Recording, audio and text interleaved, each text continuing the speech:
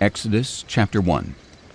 These are the names of the sons of Israel who went to Egypt with Jacob, each with his family: Reuben, Simeon, Levi, and Judah; Issachar, Zebulun, and Benjamin; Dan and Naphtali; Gad and Asher. The descendants of Jacob numbered 70 in all, including Joseph, who was already in Egypt. Now Joseph and all his brothers and all that generation died, but the Israelites were fruitful and increased rapidly. They multiplied and became exceedingly numerous, so that the land was filled with them. Then a new king who did not know Joseph came to power in Egypt. "Look," he said to his people, "the Israelites have become too numerous and too powerful for us. Come, let us deal shrewdly with them, or they will increase even more, and if a war breaks out, they may join our enemies, fight against us, and leave the country." So the Egyptians appointed taskmasters over the Israelites to oppress them with forced labor. As a result, they built Pithom and Ramesses as store cities for Pharaoh. But the more they were oppressed, the more they multiplied and flourished, so the Egyptians came to dread the Israelites. They worked the Israelites ruthlessly and made their lives bitter with hard labor in brick and mortar and with all kinds of work in the fields. Every service they imposed was harsh. Then the king of Egypt said to the Hebrew midwives, whose names were Shiphrah and Puah, "When you help the Hebrew women give birth, observe them on the birth stools.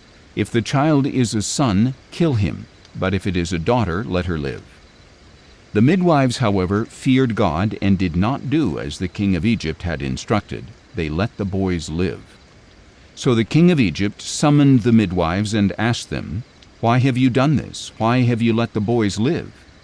The midwives answered Pharaoh, "The Hebrew women are not like the Egyptian women, for they are vigorous and give birth before a midwife arrives." So God was good to the midwives, and the people multiplied and became even more numerous. And because the midwives feared God, he gave them families of their own.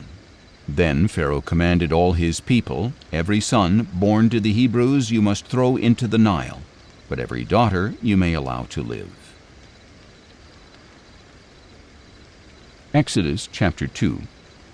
Now a man of the house of Levi married a daughter of Levi, and she conceived and gave birth to a son.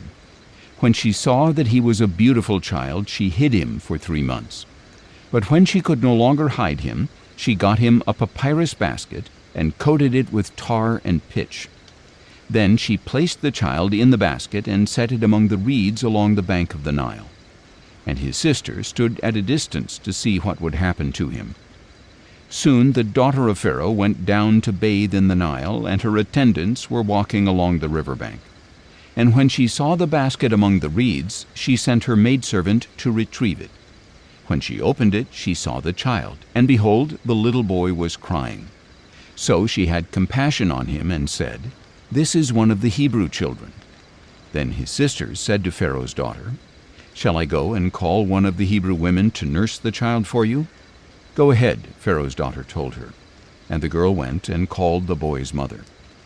Pharaoh's daughter said to her, "Take this child and nurse him for me, and I will pay your wages." So the woman took the boy and nursed him. When the child had grown older, she brought him to Pharaoh's daughter, and he became her son. She named him Moses and explained, "I drew him out of the water." One day, after Moses had grown up, he went out to his own people and observed their hard labor.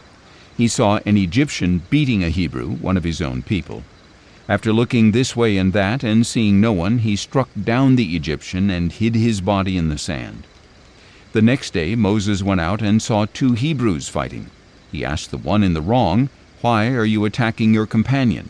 But the man replied, "Who made you ruler and judge over us? Are you planning to kill me as you killed the Egyptian?" Then Moses was afraid and thought, "This thing I have done has surely become known." When Pharaoh heard about this matter, he sought to kill Moses. But Moses fled from Pharaoh and settled in the land of Midian, where he sat down beside a well. Now the priest of Midian had 7 daughters, and they came to draw water and fill the troughs to water their father's flock. And when some shepherds came along and drove them away, Moses rose up to help them and watered their flock. When the daughters returned to their father Reuel, he asked them, "Why have you returned so early today?"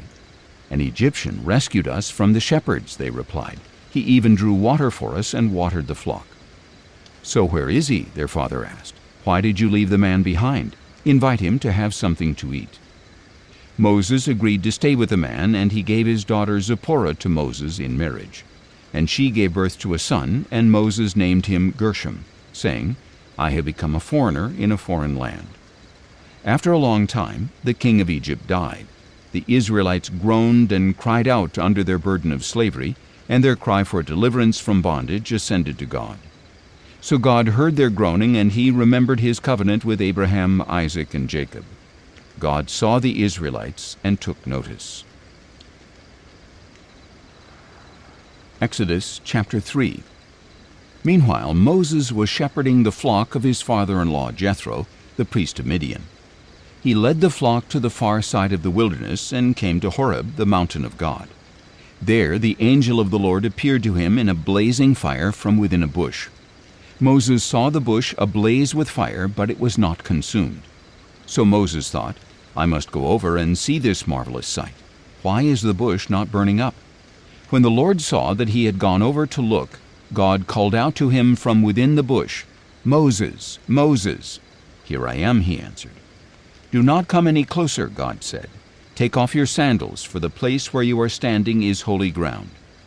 Then he said, "I am the God of your father, the God of Abraham, the God of Isaac, and the God of Jacob." At this, Moses hid his face, for he was afraid to look at God. The Lord said, "I have indeed seen the affliction of my people in Egypt. I have heard them crying out because of their oppressors, and I am aware of their sufferings. I have come down to rescue them from the hand of the Egyptians, and to bring them up out of that land to a good and spacious land, a land flowing with milk and honey, the home of the Canaanites, Hittites, Amorites, Perizzites, Hivites, and Jebusites. And now the cry of the Israelites has reached me, and I have seen how severely the Egyptians are oppressing them. Therefore, go, I am sending you to Pharaoh to bring my people the Israelites out of Egypt." But Moses asked God, "Who am I that I should go to Pharaoh and bring the Israelites out of Egypt?" "I will surely be with you," God said, "and this will be the sign to you that I have sent you. When you have brought the people out of Egypt, all of you will worship God on this mountain." Then Moses asked God, "Suppose I go to the Israelites and say to them, 'The God of your fathers has sent me to you,' and they ask me, 'What is his name?' What should I tell them?" God said to Moses, "I am who I am. This is what you are to say to the Israelites. I am has sent me to you." God also told Moses, "Say to the Israelites, 'The Lord, the God of your fathers, the God of Abraham, the God of Isaac, and the God of Jacob, has sent me to you. This is my name forever, and this is how I am to be remembered in every generation. Go, assemble the elders of Israel, and say to them, 'The Lord, the God of your fathers, the God of Abraham, Isaac, and Jacob, has appeared to me and said, I have surely attended to you and have seen what has been done to you in Egypt. And I have promised to bring you up out of your affliction in Egypt into the land of the Canaanites, Hittites, Amorites, Perizzites, Hivites, and Jebusites, a land flowing with milk and honey. The elders of Israel will listen to what you say, and you must go with them to the king of Egypt and tell him, The Lord, the God of the Hebrews, has met with us. Now please let us take a 3-day journey into the wilderness so that we may sacrifice to the Lord our God. But I know that the king of Egypt will not allow you to go unless a mighty hand compels him. So I will stretch out my hand and strike the Egyptians with all the wonders I will perform among them, and after that he will release you. And I will grant this people such favor in the sight of the Egyptians that when you leave, you will not go away empty-handed. Every woman shall ask her neighbor and any woman staying in her house for silver and gold jewelry and clothing, and you will put them on your sons and daughters. So you will plunder the Egyptians." Exodus chapter 4. Then Moses answered, "What if they do not believe me or listen to my voice? For they may say, 'The Lord has not appeared to you.'" And the Lord asked him, "What is that in your hand?" "A staff," he replied. "Throw it on the ground," said the Lord. So Moses threw it on the ground, and it became a snake, and he ran from it. "Stretch out your hand and grab it by the tail," the Lord said to Moses, who reached out his hand and caught the snake, and it turned back into a staff in his hand. "This is so that they may believe that the Lord, the God of their fathers, the God of Abraham, the God of Isaac, and the God of Jacob, has appeared to you." Furthermore, the Lord said to Moses, "Put your hand inside your cloak." So he put his hand inside his cloak, and when he took it out, his hand was leprous, white as snow. "Put your hand back inside your cloak," said the Lord. So Moses put his hand back inside his cloak, and when he took it out, it was restored like the rest of his skin. And the Lord said, "If they refuse to believe you or heed the witness of the first sign, they may believe that of the second. But if they do not believe even these two signs or listen to your voice, take some water from the Nile and pour it on the dry ground. Then the water you take from the Nile will become blood on the ground." "Please, Lord," Moses replied, "I have never been eloquent, neither in the past nor since you have spoken to your servant, for I am slow of speech and tongue." And the Lord said to him, "Who gave man his mouth, or who makes the mute or the deaf, the sighted or the blind? Is it not I, the Lord? Now go, I will help you as you speak, and I will teach you what to say." But Moses replied, "Please, Lord, send someone else." Then the anger of the Lord burned against Moses, and he said, "Is not Aaron the Levite your brother? I know that he can speak well, and he is now on his way to meet you. When he sees you, he will be glad in his heart. You are to speak to him and put the words in his mouth. I will help both of you to speak, and I will teach you what to do. He will speak to the people for you. He will be your spokesman, and it will be as if you were God to him. But take this staff in your hand so you can perform signs with it." Then Moses went back to his father-in-law Jethro and said to him, "Please let me return to my brothers in Egypt to see if they are still alive." "Go in peace," Jethro replied. Now the Lord had said to Moses in Midian, "Go back to Egypt, for all the men who sought to kill you are dead."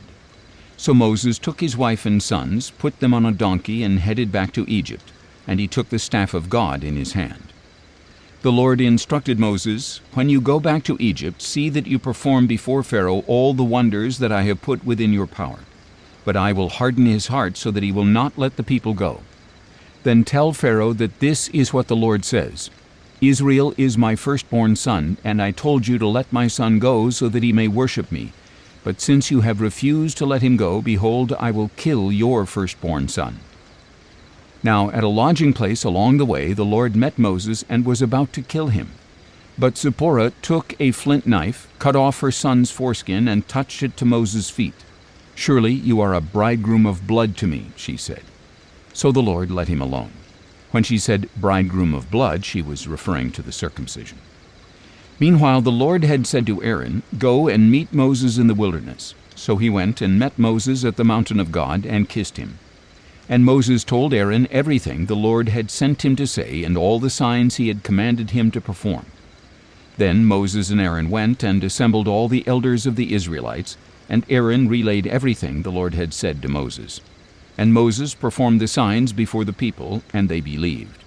And when they heard that the Lord had attended to the Israelites and had seen their affliction, they bowed down and worshipped. Exodus chapter 5. After that, Moses and Aaron went to Pharaoh and said, "This is what the Lord, the God of Israel, says. Let my people go so that they may hold a feast to me in the wilderness." But Pharaoh replied, "Who is the Lord that I should obey his voice and let Israel go? I do not know the Lord, and I will not let Israel go."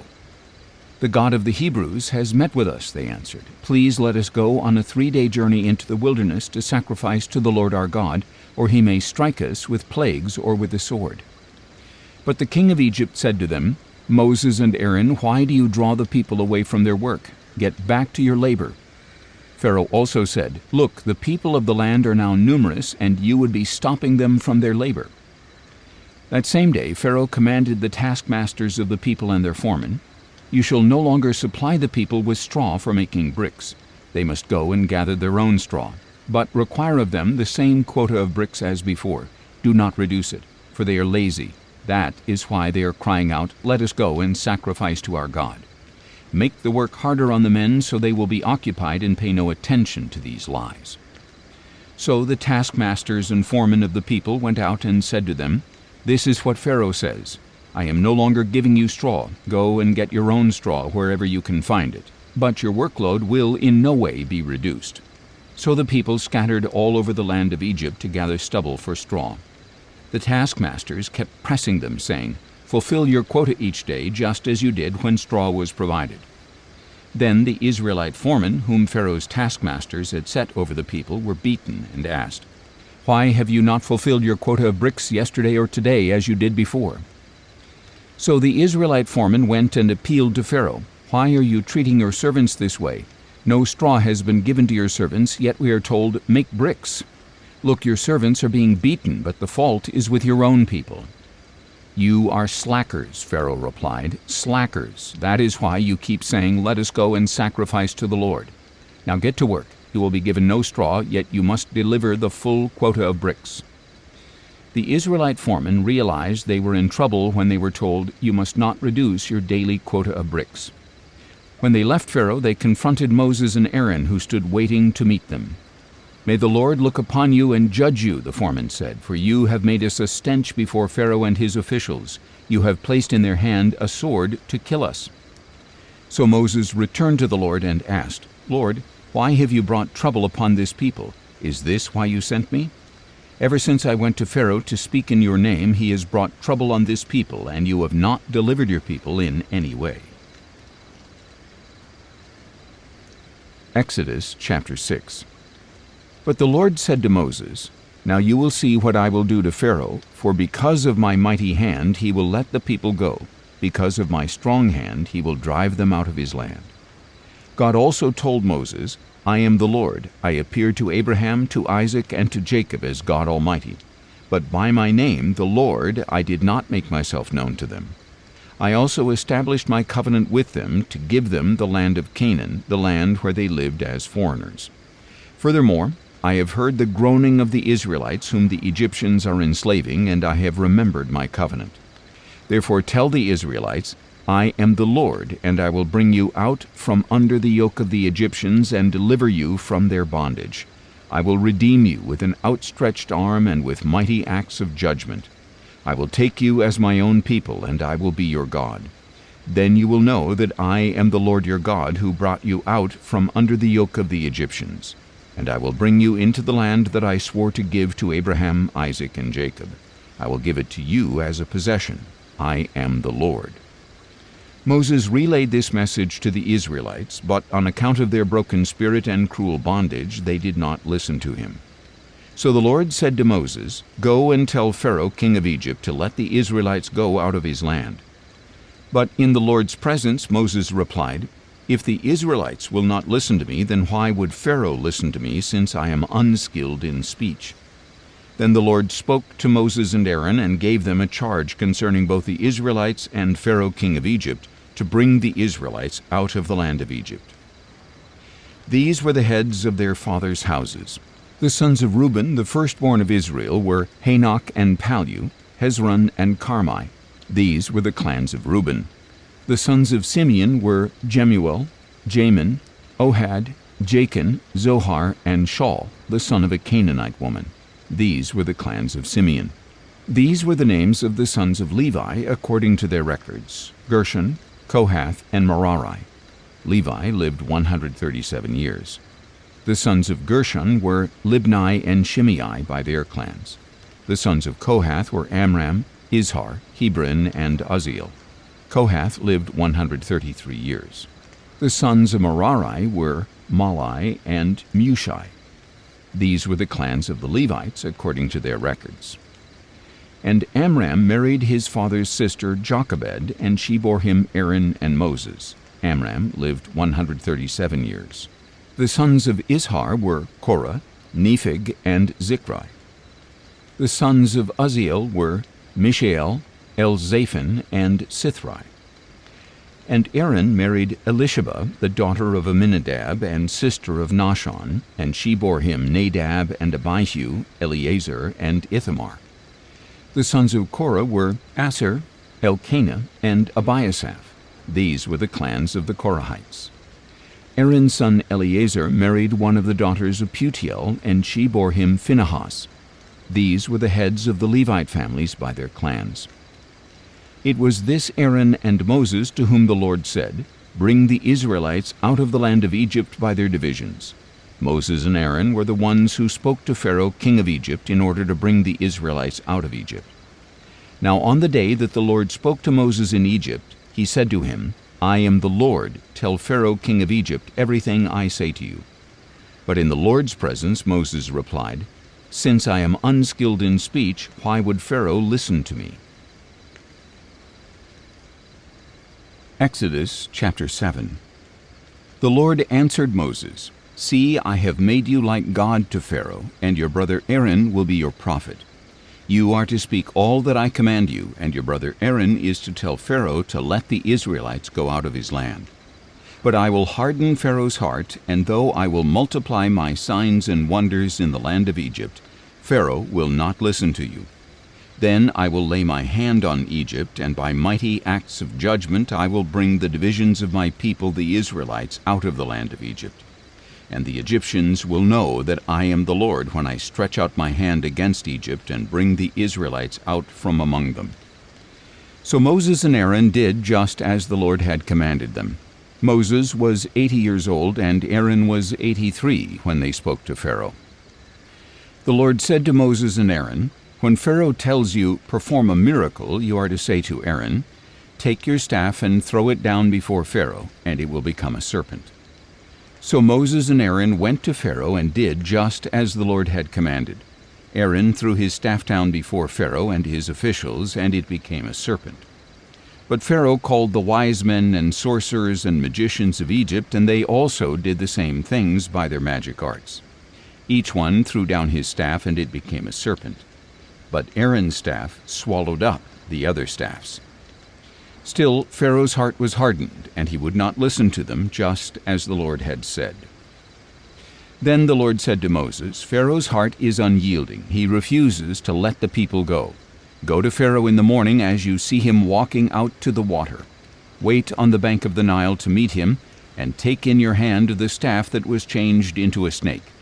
Then say to him, 'The Lord, the God of the Hebrews, has sent me to tell you, let my people go so that they may worship me in the wilderness, but you have not listened until now.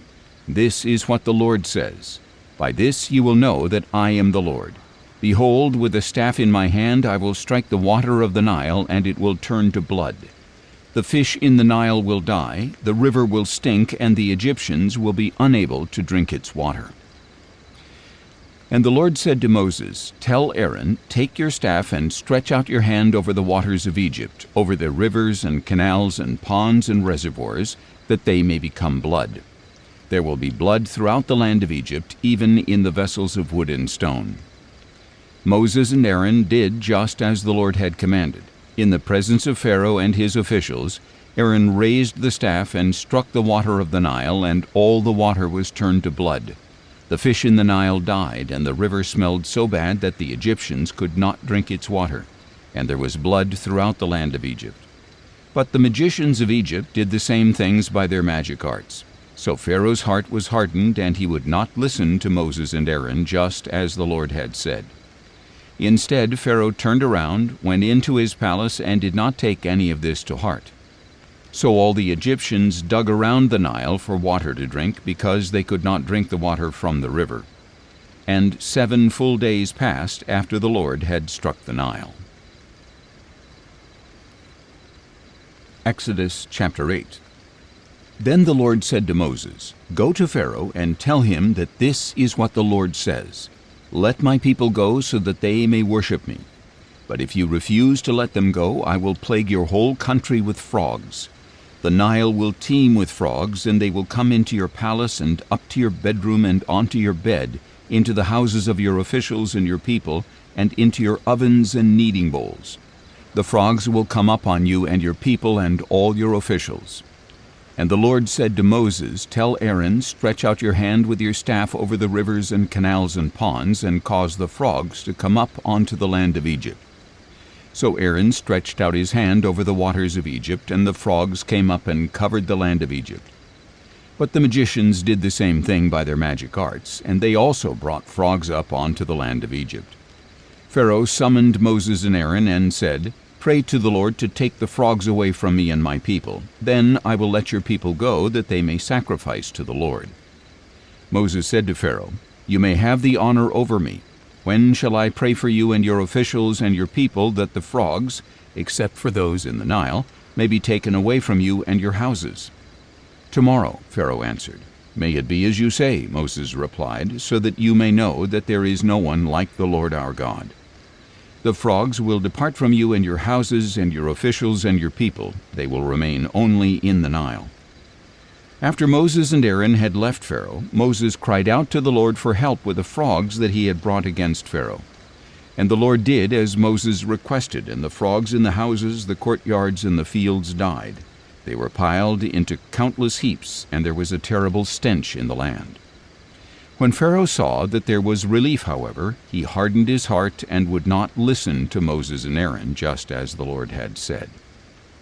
Then the Lord said to Moses, "Tell Aaron, stretch out your staff and strike the dust of the earth, that it may turn into swarms of gnats throughout the land of Egypt." This they did, and when Aaron stretched out his hand with his staff and struck the dust of the earth, gnats came upon man and beast. All the dust of the earth turned into gnats throughout the land of Egypt. The magicians tried to produce gnats using their magic arts, but they could not, and the gnats remained on man and beast. "This is the finger of God," the magician said to Pharaoh. But Pharaoh's heart was hardened, and he would not listen to them, just as the Lord had said. Then the Lord said to Moses, "Get up early in the morning, and when Pharaoh goes out to the water, stand before him and tell him that this is what the Lord says. Let my people go so that they may worship me. But if you will not let my people go, I will send swarms of flies upon you and your officials and your people and your houses. The houses of the Egyptians and even the ground where they stand will be full of flies. But on that day I will give special treatment to the land of Goshen, where my people live. No swarms of flies will be found there. In this way you will know that I, the Lord, am in the land. I will make a distinction between my people and your people. This sign will take place tomorrow." And the Lord did so. Thick swarms of flies poured into Pharaoh's palace and into the houses of his officials. Throughout Egypt, the land was ruined by swarms of flies. Then Pharaoh summoned Moses and Aaron and said, "Go, sacrifice to your God within this land." But Moses replied, "It would not be right to do that, because the sacrifices we offer to the Lord our God would be detestable to the Egyptians. If we offer sacrifices that are detestable before the Egyptians, will they not stone us? We must make a 3-day journey into the wilderness and sacrifice to the Lord our God as he commands us." Pharaoh answered, "I will let you go and sacrifice to the Lord your God in the wilderness, but you must not go very far. Now pray for me." "As soon as I leave you," Moses said, "I will pray to the Lord, so that tomorrow the swarms of flies will depart from Pharaoh and his officials and his people. But Pharaoh must not act deceitfully again by refusing to let the people go and sacrifice to the Lord." Then Moses left Pharaoh and prayed to the Lord, and the Lord did as Moses requested. He removed the swarms of flies from Pharaoh and his officials and his people. Not one fly remained. But Pharaoh hardened his heart this time as well, and he would not let the people go.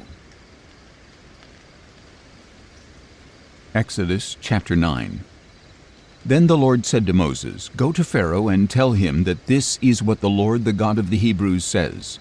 Let my people go so that they may worship me. But if you continue to restrain them and refuse to let them go, then the hand of the Lord will bring a severe plague on your livestock in the field, on your horses, donkeys, camels, herds, and flocks. But the Lord will make a distinction between the livestock of Israel and the livestock of Egypt, so that no animal belonging to the Israelites will die." The Lord set a time, saying, "Tomorrow the Lord will do this in the land." And the next day the Lord did just that. All the livestock of the Egyptians died, but not one animal belonging to the Israelites died. Pharaoh sent officials and found that none of the livestock of the Israelites had died. But Pharaoh's heart was hardened, and he would not let the people go. Then the Lord said to Moses and Aaron, "Take handfuls of soot from the furnace. In the sight of Pharaoh, Moses is to toss it into the air. It will become fine dust over all the land of Egypt, and festering boils will break out on man and beast throughout the land." So they took soot from the furnace and stood before Pharaoh. Moses tossed it into the air, and festering boils broke out on man and beast. The magicians could not stand before Moses because the boils had broken out on them and on all the Egyptians. But the Lord hardened Pharaoh's heart, and he would not listen to them, just as the Lord had said to Moses. Then the Lord said to Moses, "Get up early in the morning, stand before Pharaoh, and tell him that this is what the Lord, the God of the Hebrews, says. Let my people go so that they may worship me. Otherwise I will send all my plagues against you and your officials and your people, so you may know that there is no one like me in all the earth. For by this time I could have stretched out my hand and struck you and your people with a plague to wipe you off the earth. But I have raised you up for this very purpose, that I might display my power to you, and that my name might be proclaimed in all the earth. Still you lord it over my people and do not allow them to go. Behold, at this time tomorrow I will rain down the worst hail that has ever fallen on Egypt from the day it was founded until now. So give orders now to shelter your livestock and everything you have in the field. Every man or beast that remains in the field and is not brought inside will die when the hail comes down upon them." Those among Pharaoh's officials who feared the word of the Lord hurried to bring their servants and livestock to shelter. But those who disregarded the word of the Lord left their servants and livestock in the field. Then the Lord said to Moses, "Stretch out your hand toward heaven so that hail may fall on all the land of Egypt, on man and beast and every plant of the field throughout the land of Egypt." So Moses stretched out his staff toward heaven, and the Lord sent thunder and hail, and lightning struck the earth. So the Lord rained down hail upon the land of Egypt. The hail fell, and the lightning continued flashing through it. The hail was so severe that nothing like it had ever been seen in all the land of Egypt from the time it became a nation. Throughout the land of Egypt the hail struck down everything in the field, both man and beast. It beat down every plant of the field and stripped every tree. The only place where it did not hail was in the land of Goshen, where the Israelites lived. Then Pharaoh summoned Moses and Aaron. "This time I have sinned," he said. "The Lord is righteous, and I and my people are wicked. Pray to the Lord, for there has been enough of God's thunder and hail. I will let you go. You do not need to stay any longer." Moses said to him, "When I have left the city, I will spread out my hands to the Lord. The thunder will cease, and there will be no more hail, so that you may know that the earth is the Lord's. But as for you and your officials, I know that you still do not fear the Lord our God." Now the flax and barley were destroyed, since the barley was ripe and the flax was in bloom. But the wheat and spelt were not destroyed, because they are late crops.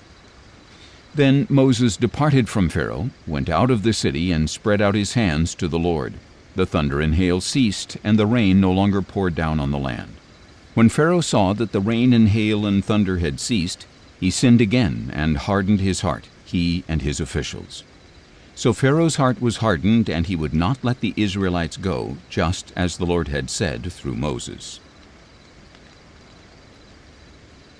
Exodus chapter 10.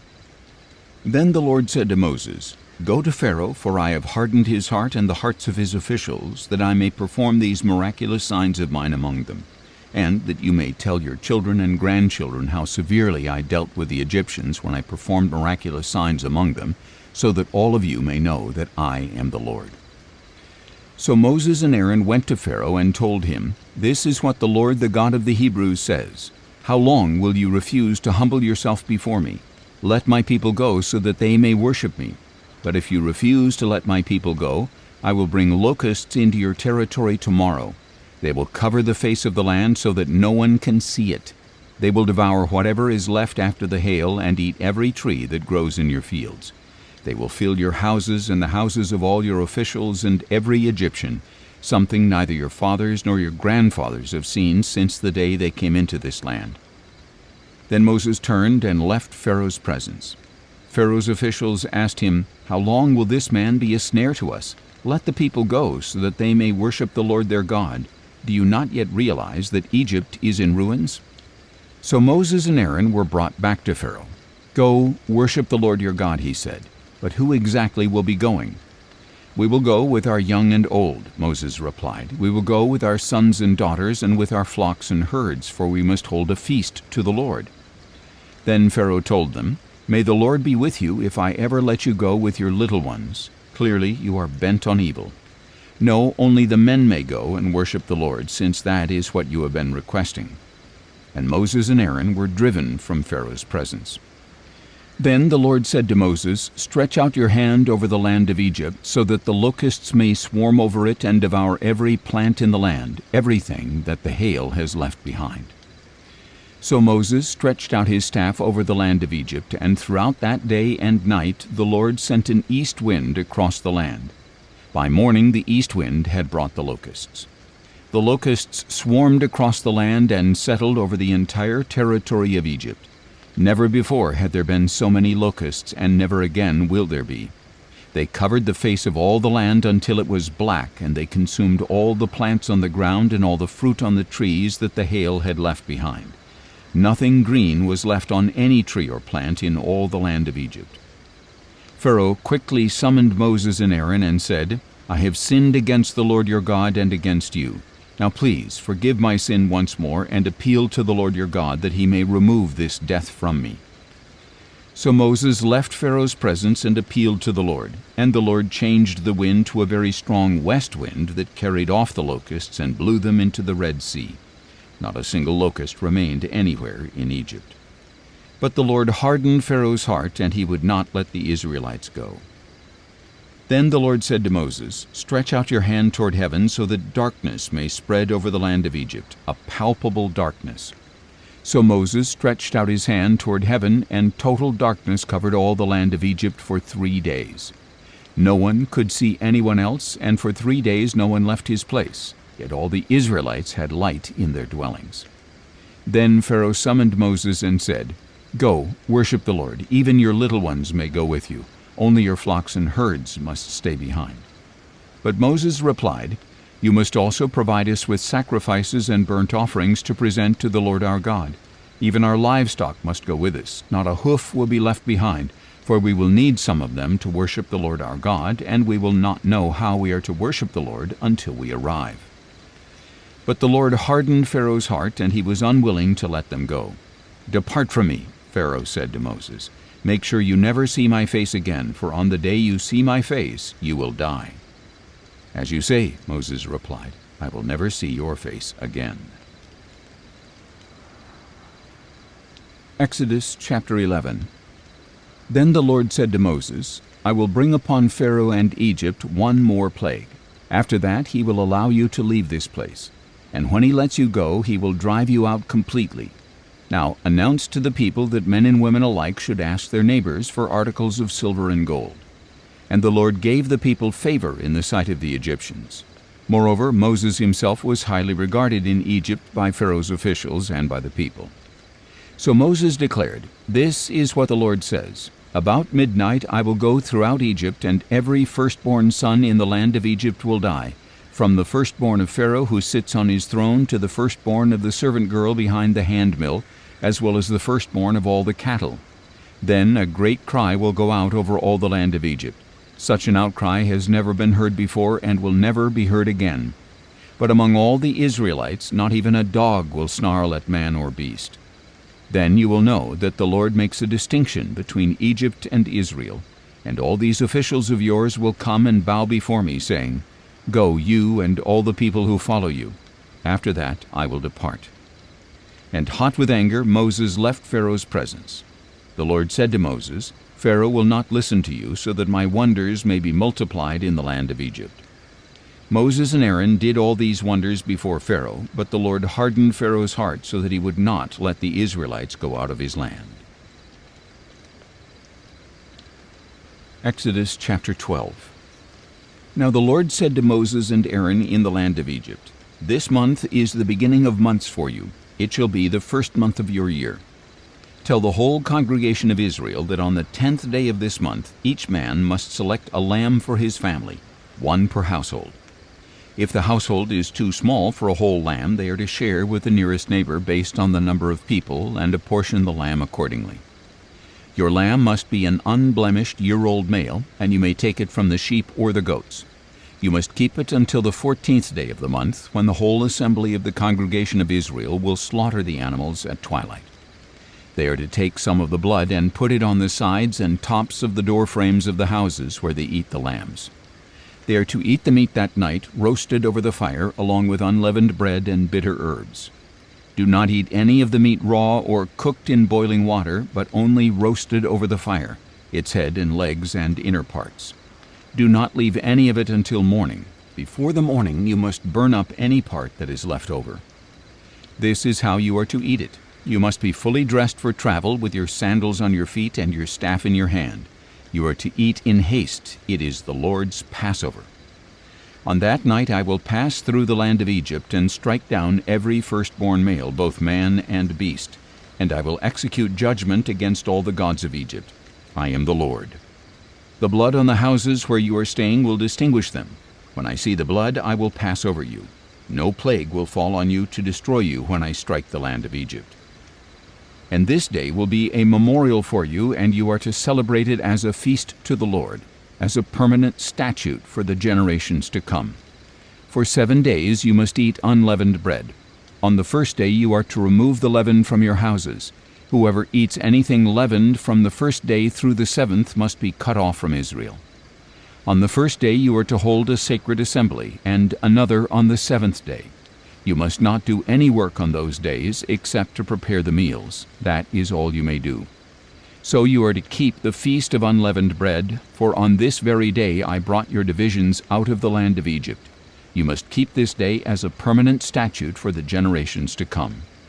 In the first month you are to eat unleavened bread, from the evening of the 14th day until the evening of the 21st day. For 7 days there must be no leaven found in your houses. If anyone eats something leavened, that person, whether a foreigner or native of the land, must be cut off from the congregation of Israel. You are not to eat anything leavened. Eat unleavened bread in all your homes. Then Moses summoned all the elders of Israel and told them, Go at once and select for yourselves a lamb for each family, and slaughter the Passover lamb. Take a cluster of hyssop, dip it into the blood in the basin, and brush the blood on the top and sides of the doorframe. None of you shall go out the door of his house until morning.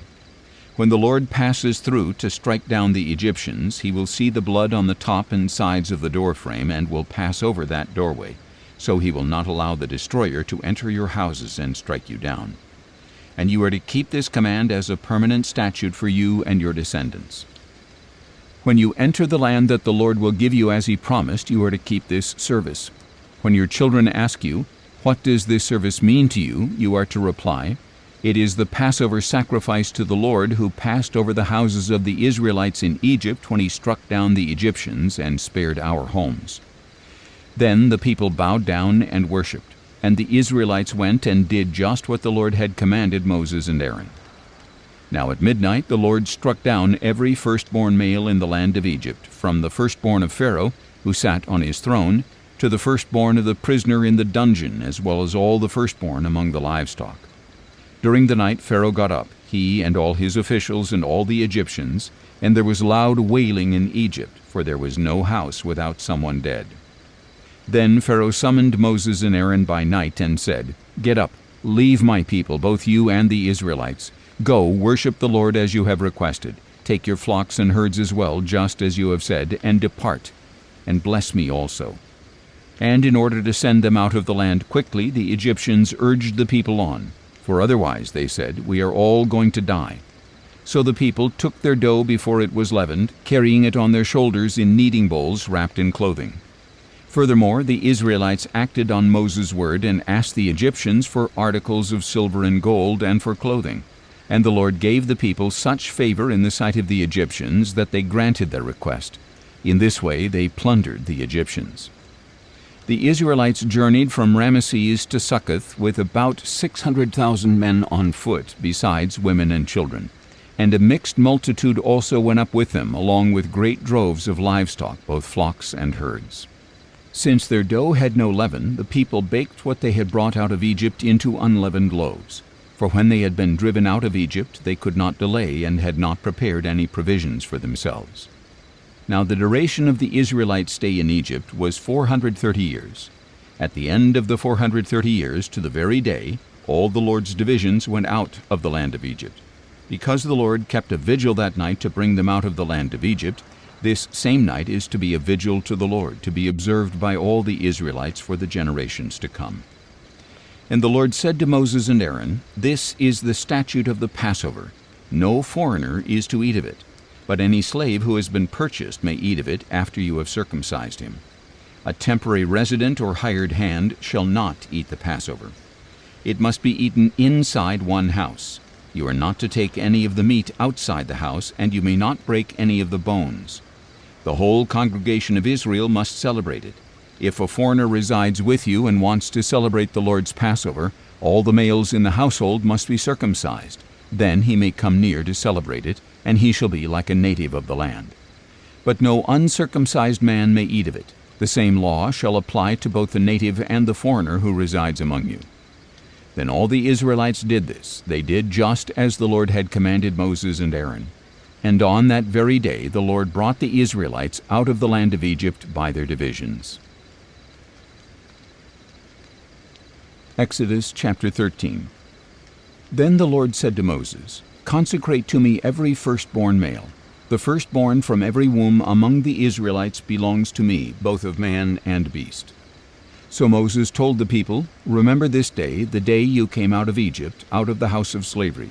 For the Lord brought you out of it by the strength of his hand, and nothing leavened shall be eaten. Today, in the month of Abib, you are leaving. And when the Lord brings you into the land of the Canaanites, Hittites, Amorites, Hivites, and Jebusites, the land he swore to your fathers that he would give you, a land flowing with milk and honey, you shall keep this service in this month. For 7 days you are to eat unleavened bread, and on the 7th day there shall be a feast to the Lord. Unleavened bread shall be eaten during those 7 days. Nothing leavened may be found among you, nor shall leaven be found anywhere within your borders. And on that day you are to explain to your son, 'This is because of what the Lord did for me when I came out of Egypt.' It shall be a sign for you on your hand and a reminder on your forehead that the law of the Lord is to be on your lips. For with a mighty hand the Lord brought you out of Egypt. Therefore you shall keep this statute at the appointed time year after year. And after the Lord brings you into the land of the Canaanites and gives it to you, as he swore to you and your fathers, you are to present to the Lord the firstborn male of every womb. All the firstborn males of your livestock belong to the Lord. You must redeem every firstborn donkey with a lamb, and if you do not redeem it, you are to break its neck. And every firstborn of your sons you must redeem. In the future, when your son asks you, 'What does this mean?' you are to tell him, 'With a mighty hand the Lord brought us out of Egypt, out of the house of slavery. And when Pharaoh stubbornly refused to let us go, the Lord killed every firstborn in the land of Egypt, both of man and beast. This is why I sacrifice to the Lord the firstborn male of every womb, but I redeem all the firstborn of my sons. So it shall serve as a sign on your hand and a symbol on your forehead, for with a mighty hand the Lord brought us out of Egypt." When Pharaoh let the people go, God did not lead them along the road through the land of the Philistines, though it was shorter. For God said, "If the people face war, they might change their minds and return to Egypt." So God led the people around by the way of the wilderness toward the Red Sea, and the Israelites left the land of Egypt arrayed for battle. Moses took the bones of Joseph with him because Joseph had made the sons of Israel swear a solemn oath when he said, "God will surely attend to you, and then you must carry my bones with you from this place." They set out from Succoth and camped at Etham on the edge of the wilderness. And the Lord went before them in a pillar of cloud to guide their way by day, and in a pillar of fire to give them light by night, so that they could travel by day or night. Neither the pillar of cloud by day nor the pillar of fire by night left its place before the people. Exodus chapter 14. Then the Lord said to Moses, "Tell the Israelites to turn back and encamp before Pi-hahiroth between Migdol and the sea. You are to encamp by the sea directly opposite Baal-zephon. For Pharaoh will say of the Israelites, 'They are wandering the land in confusion. The wilderness has boxed them in.' And I will harden Pharaoh's heart so that he will pursue them. But I will gain honor by means of Pharaoh and all his army, and the Egyptians will know that I am the Lord." So this is what the Israelites did.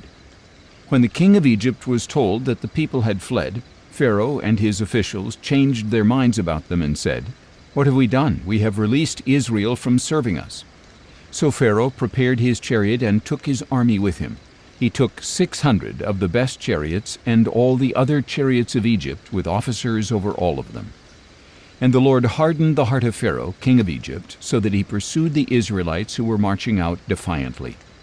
The Egyptians, all Pharaoh's horses and chariots, horsemen and troops, pursued the Israelites and overtook them as they camped by the sea near Pi-hahiroth, opposite Baal-zephon. As Pharaoh approached, the Israelites looked up and saw the Egyptians marching after them, and they were terrified and cried out to the Lord. They said to Moses, "Was it because there were no graves in Egypt that you brought us into the wilderness to die? What have you done to us by bringing us out of Egypt?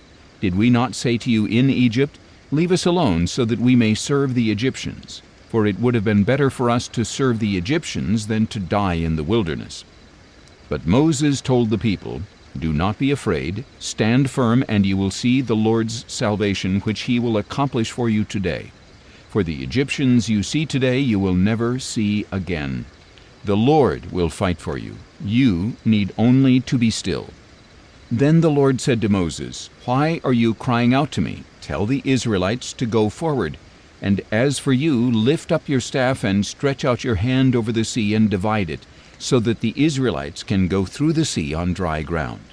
And I will harden the hearts of the Egyptians, so that they will go in after them. Then I will gain honor by means of Pharaoh and all his army and chariots and horsemen. The Egyptians will know that I am the Lord when I am honored through Pharaoh, his chariots, and his horsemen." And the angel of God who had gone before the camp of Israel withdrew and went behind them. The pillar of cloud also moved from before them and stood behind them, so that it came between the camps of Egypt and Israel. The cloud was there in the darkness, but it lit up the night. So all night long neither camp went near the other. Then Moses stretched out his hand over the sea, and all that night the Lord drove back the sea with a strong east wind that turned it into dry land. So the waters were divided, and the Israelites went through the sea on dry ground with walls of water on their right and on their left. And the Egyptians chased after them, all Pharaoh's horses, chariots, and horsemen, and followed them into the sea. At morning watch, however, the Lord looked down on the army of the Egyptians from the pillar of fire and cloud, and he threw their camp into confusion. He caused their chariot wheels to wobble so that they had difficulty driving. "Let us flee from the Israelites," said the Egyptians, "for the Lord is fighting for them against Egypt." Then the Lord said to Moses, "Stretch out your hand over the sea so that the waters may flow back over the Egyptians and their chariots and horsemen." So Moses stretched out his hand over the sea, and at daybreak the sea returned to its normal state. As the Egyptians were retreating, the Lord swept them into the sea. The waters flowed back and covered the chariots and horsemen, the entire army of Pharaoh that had chased the Israelites into the sea. Not one of them survived. But the Israelites had walked through the sea on dry ground with walls of water on their right and on their left. That day the Lord saved Israel from the hand of the Egyptians, and Israel saw the Egyptians dead on the shore. When Israel saw the great power that the Lord had exercised over the Egyptians, the people feared the Lord and believed in him and in his servant Moses. Exodus chapter 15. Then Moses and the Israelites sang this song to the Lord. "I will sing to the Lord, for he is highly exalted. The horse and rider he has thrown into the sea. The Lord is my strength and my song, and he has become my salvation. He is my God, and I will praise him, my father's God, and I will exalt him. The Lord is a warrior, the Lord is his name. Pharaoh's chariots and army he has cast into the sea. The finest of his officers are drowned in the Red Sea. The depths have covered them, they sank there like a stone. Your right hand, O Lord, is majestic in power. Your right hand, O Lord, has shattered the enemy. You overthrew your adversaries by your great majesty. You unleashed your burning wrath. It consumed them like stubble. At the blast of your nostrils the waters piled up. Like a wall the currents stood firm. The depths congealed in the heart of the sea. The enemy declared, I will pursue, I will overtake, I will divide the spoils, I will gorge myself on them. I will draw my sword, my hand will destroy them. But you blew with your breath, and the sea covered them. They sank like lead in the mighty waters. Who among the gods is like you, O Lord? Who is like you, majestic in holiness, revered with praises, performing wonders? You stretched out your right hand, and the earth swallowed them up. With loving devotion you will lead the people you have redeemed. With your strength you will guide them to your holy dwelling. The nations will hear and tremble. Anguish will grip the dwellers of Philistia. Then the chiefs of Edom will be dismayed. Trembling will seize the leaders of Moab. Those who dwell in Canaan will melt away, and terror and dread will fall on them. By the power of your arm they will be as still as a stone until your people pass by, O Lord, until the people you have bought pass by. You will bring them in and plant them on the mountain of your inheritance, the place, O Lord, you have prepared for your dwelling, the sanctuary, O Lord, your hands have established. The Lord will reign forever and ever. For when Pharaoh's horses, chariots, and horsemen went into the sea, the Lord brought the waters of the sea back over them, but the Israelites walked through the sea on dry ground. Then Miriam, the prophetess, Aaron's sister, took a tambourine in her hand, and all the women followed her with tambourines and dancing. And Miriam sang back to them, Sing to the Lord, for he is highly exalted. The horse and rider he has thrown into the sea. Then Moses led Israel from the Red Sea, and they went out into the desert of Shur. For 3 days they walked in the desert without finding water. And when they came to Merah, they could not drink the water there, because it was bitter. That is why it was named Merah.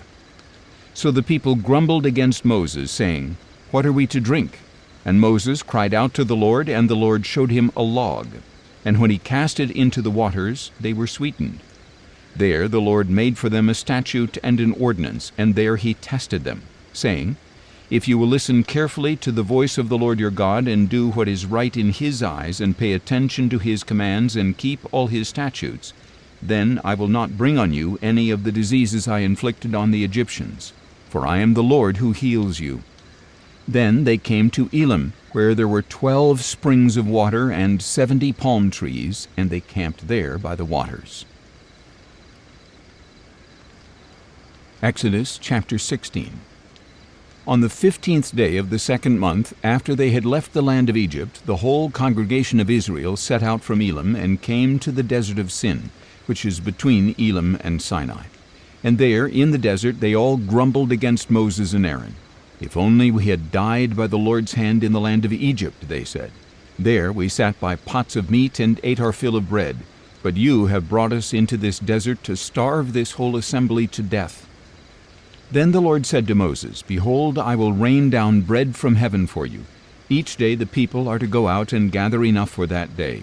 In this way I will test whether or not they will follow my instructions. Then on the 6th day, when they prepare what they bring in, it will be twice as much as they gather on the other days.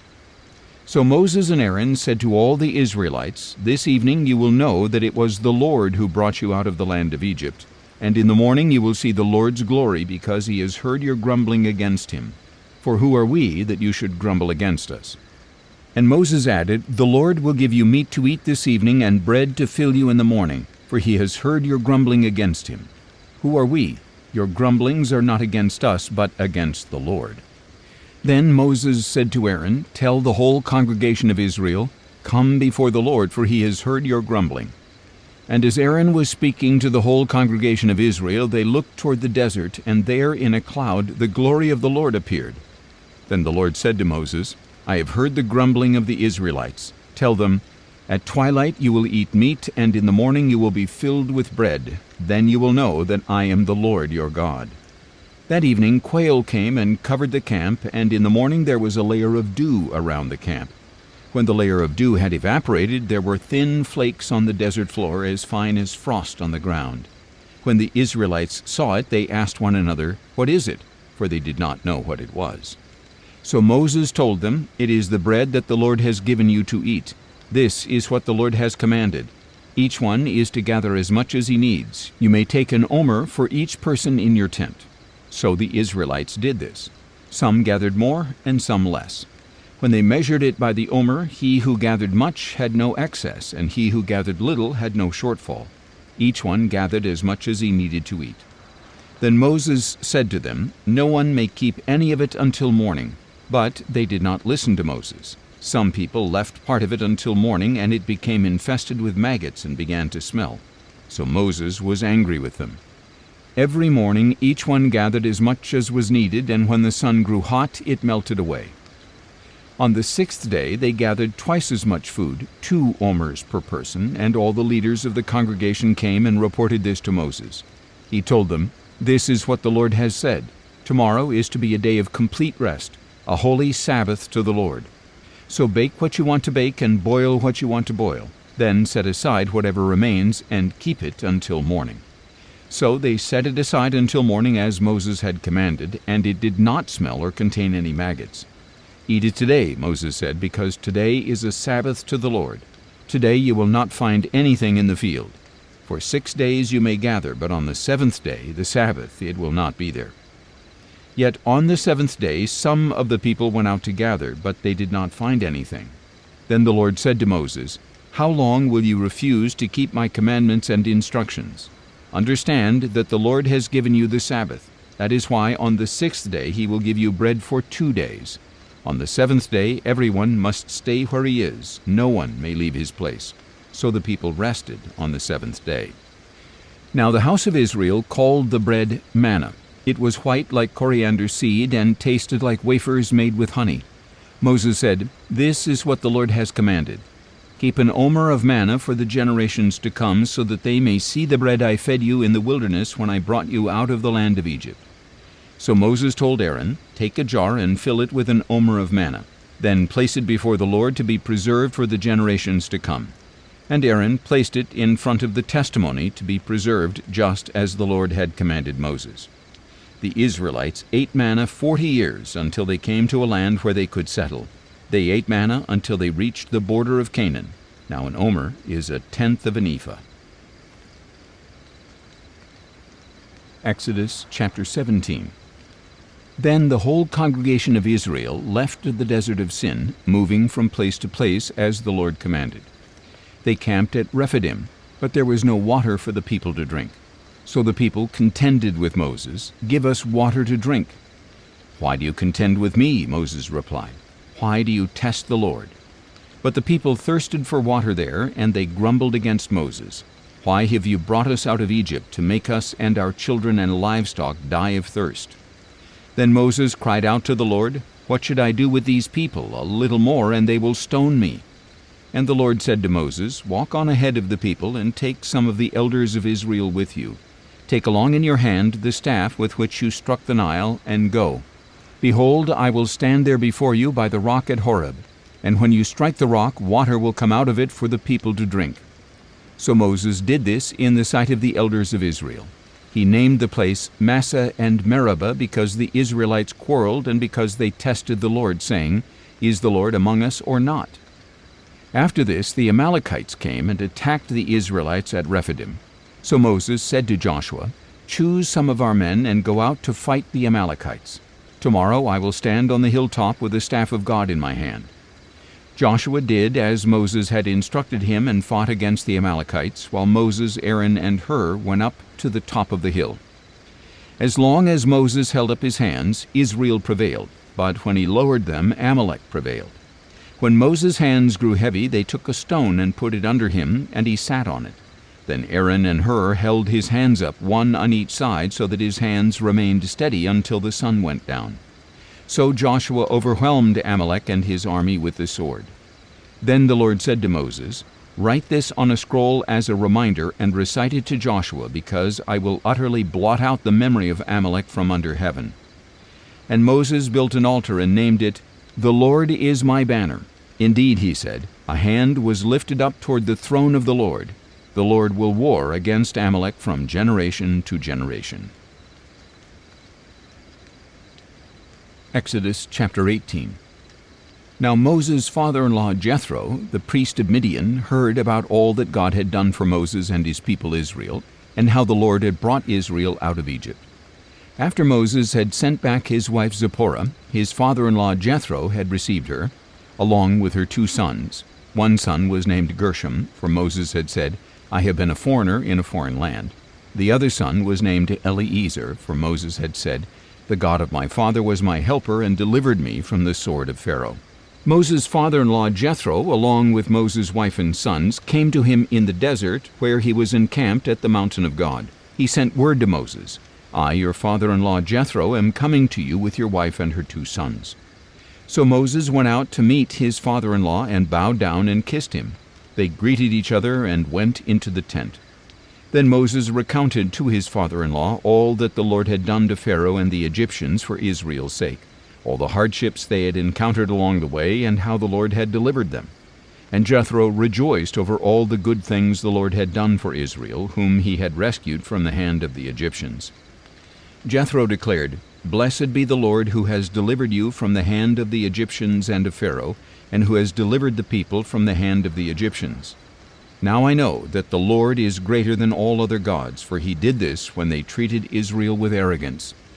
Then Moses' father-in-law Jethro brought a burnt offering and sacrifices to God, and Aaron came with all the elders of Israel to eat bread with Moses' father-in-law in the presence of God.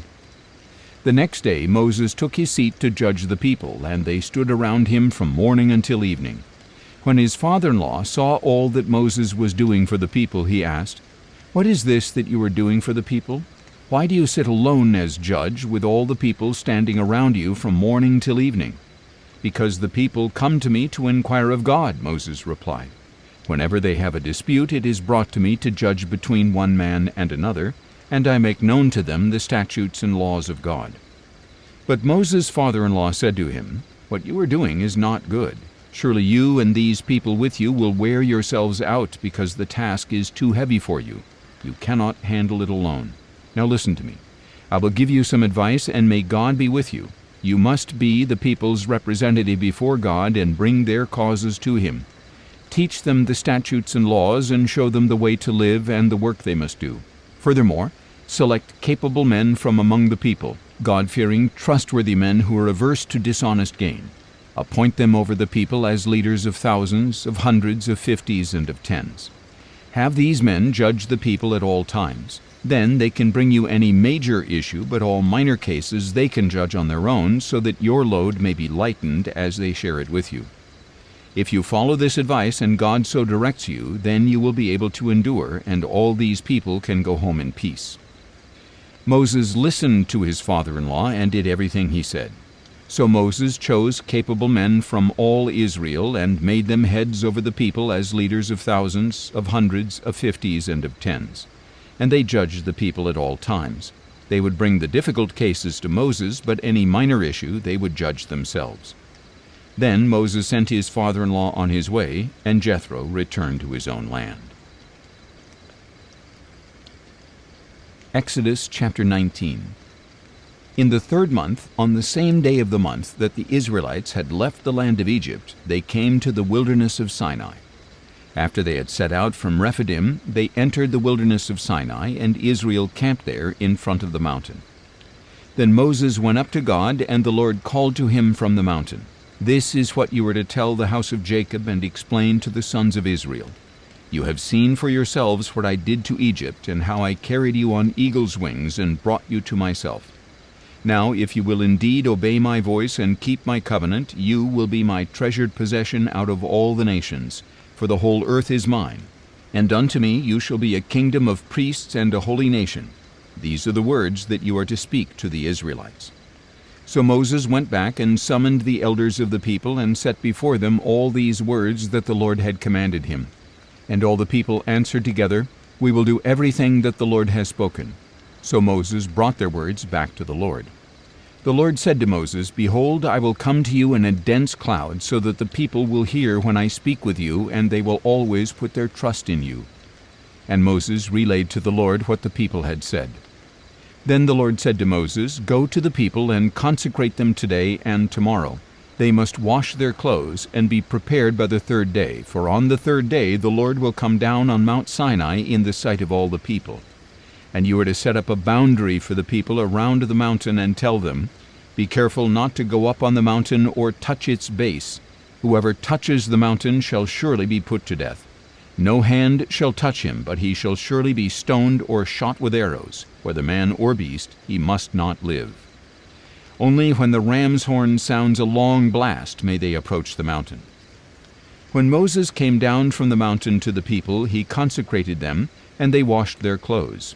"Be prepared for the third day," he said to the people. "Do not draw near to a woman." On the third day, when morning came, there was thunder and lightning. A thick cloud was upon the mountain, and a very loud blast of the ram's horn went out, so that all the people in the camp trembled. Then Moses brought the people out of the camp to meet with God, and they stood at the foot of the mountain. Mount Sinai was completely enveloped in smoke, because the Lord had descended on it in fire. And the smoke rose like the smoke of a furnace, and the whole mountain quaked violently. And as the sound of the ram's horn grew louder and louder, Moses spoke, and God answered him in the thunder. The Lord descended to the top of Mount Sinai and called Moses to the summit. So Moses went up. And the Lord said to him, "Go down and warn the people not to break through to see the Lord, lest many of them perish. Even the priests who approach the Lord must consecrate themselves, or the Lord will break out against them." But Moses said to the Lord, "The people cannot come up Mount Sinai, for you solemnly warned us. Put a boundary around the mountain and set it apart as holy." And the Lord replied, "Go down and bring Aaron with you. But the priests and the people must not break through to come up to the Lord, or he will break out against them." So Moses went down to the people and spoke to them. Exodus chapter 20. And God spoke all these words: "I am the Lord your God, who brought you out of the land of Egypt, out of the house of slavery. You shall have no other gods before me. You shall not make for yourself an idol in the form of anything in the heavens above, on the earth below, or in the waters beneath. You shall not bow down to them or worship them. For I, the Lord your God, am a jealous God, visiting the iniquity of the fathers on their children to the third and fourth generations of those who hate me, but showing loving devotion to 1,000 generations of those who love me and keep my commandments. You shall not take the name of the Lord your God in vain, for the Lord will not leave anyone unpunished who takes his name in vain. Remember the Sabbath day by keeping it holy. 6 days you shall labor and do all your work. But the seventh day is a Sabbath to the Lord your God, on which you must not do any work, neither you, nor your son or daughter, nor your manservant or maidservant or livestock, nor the foreigner within your gates. For in 6 days the Lord made the heavens and the earth and the sea and all that is in them, but on the seventh day he rested. Therefore the Lord blessed the Sabbath day and set it apart as holy. Honor your father and mother, so that your days may be long in the land that the Lord your God is giving you. You shall not murder. You shall not commit adultery.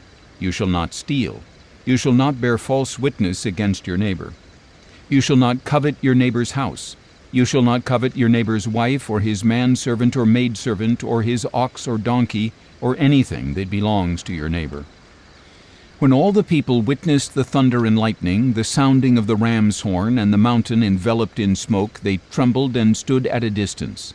"Speak to us yourself, and we will listen," they said to Moses, "but do not let God speak to us, or we will die." "Do not be afraid," Moses replied, "for God has come to test you, so that the fear of him may be before you, to keep you from sinning." And the people stood at a distance as Moses approached the thick darkness where God was. Then the Lord said to Moses, "This is what you are to tell the Israelites: You have seen for yourselves that I have spoken to you from heaven. You are not to make any gods alongside me. You are not to make for yourselves gods of silver or gold. You are to make for me an altar of earth and sacrifice on it your burnt offerings and peace offerings, your sheep and goats and cattle. In every place where I cause my name to be remembered, I will come to you and bless you. Now if you make an altar of stones for me, you must not build it with stones shaped by tools, for if you use a chisel on it, you will defile it. And you must not go up to my altar on steps, lest your nakedness be exposed on it." Exodus chapter 21. These are the ordinances that you are to set before them. If you buy a Hebrew servant, he is to serve you for 6 years, but in the 7th year he shall go free without paying anything. If he arrived alone, he is to leave alone. If he arrived with a wife, she is to leave with him. If his master gives him a wife and she bears him sons or daughters, the woman and her children shall belong to her master, and only the man shall go free. But if the servant declares, I love my master and my wife and children, I do not want to go free, then his master is to bring him before the judges, and he shall take him to the door or doorpost and pierce his ear with an awl. Then he shall serve his master for life. And if a man sells his daughter as a servant, she is not to go free as the men servants do. If she is displeasing in the eyes of her master, who had designated her for himself, he must allow her to be redeemed.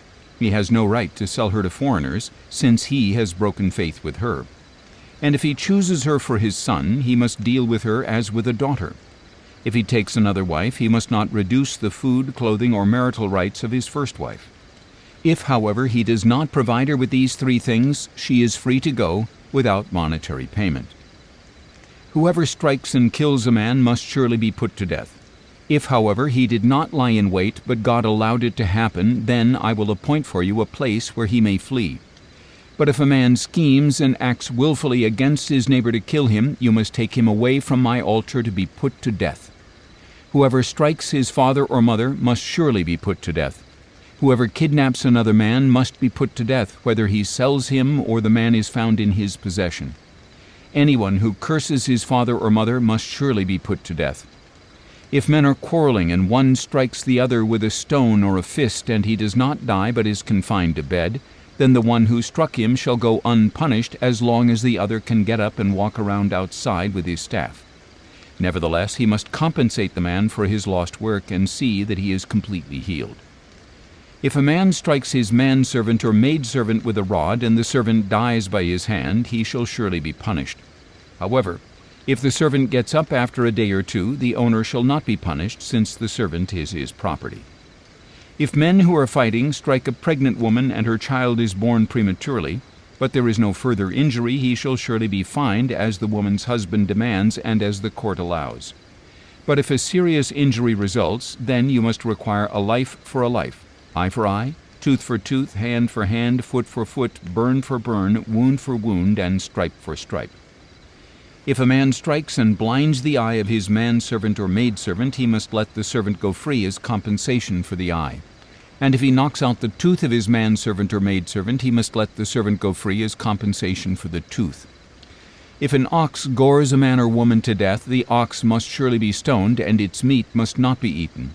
But the owner of the ox shall not be held responsible. But if the ox has a habit of goring, and its owner has been warned yet does not restrain it, and it kills a man or woman, then the ox must be stoned, and its owner must also be put to death. If payment is demanded of him instead, he may redeem his life by paying the full amount demanded of him. If the ox gores a son or a daughter, it shall be done to him according to the same rule. If the ox gores a manservant or maidservant, the owner must pay 30 shekels of silver to the master of that servant, and the ox must be stoned. If a man opens or digs a pit and fails to cover it, and an ox or a donkey falls into it, the owner of the pit shall make restitution. He must pay its owner, and the dead animal will be his. If a man's ox injures his neighbor's ox and it dies, they must sell the live one and divide the proceeds. They also must divide the dead animal. But if it was known that the ox had a habit of goring, yet its owner failed to restrain it, he shall pay full compensation, ox for ox, and the dead animal will be his. Exodus chapter 22. If a man steals an ox or a sheep and slaughters or sells it, he must repay 5 oxen for an ox and 4 sheep for a sheep. If a thief is caught breaking in and is beaten to death, no one shall be guilty of bloodshed. But if it happens after sunrise, there is guilt for his bloodshed. A thief must make full restitution. If he has nothing, he himself shall be sold for his theft. If what was stolen is actually found alive in his possession, whether ox or donkey or sheep, he must pay back double. If a man grazes his livestock in a field or vineyard and allows them to stray so that they graze in someone else's field, he must make restitution from the best of his own field or vineyard. If a fire breaks out and spreads to thorn bushes so that it consumes stacked or standing grain, or the whole field, the one who started the fire must make full restitution.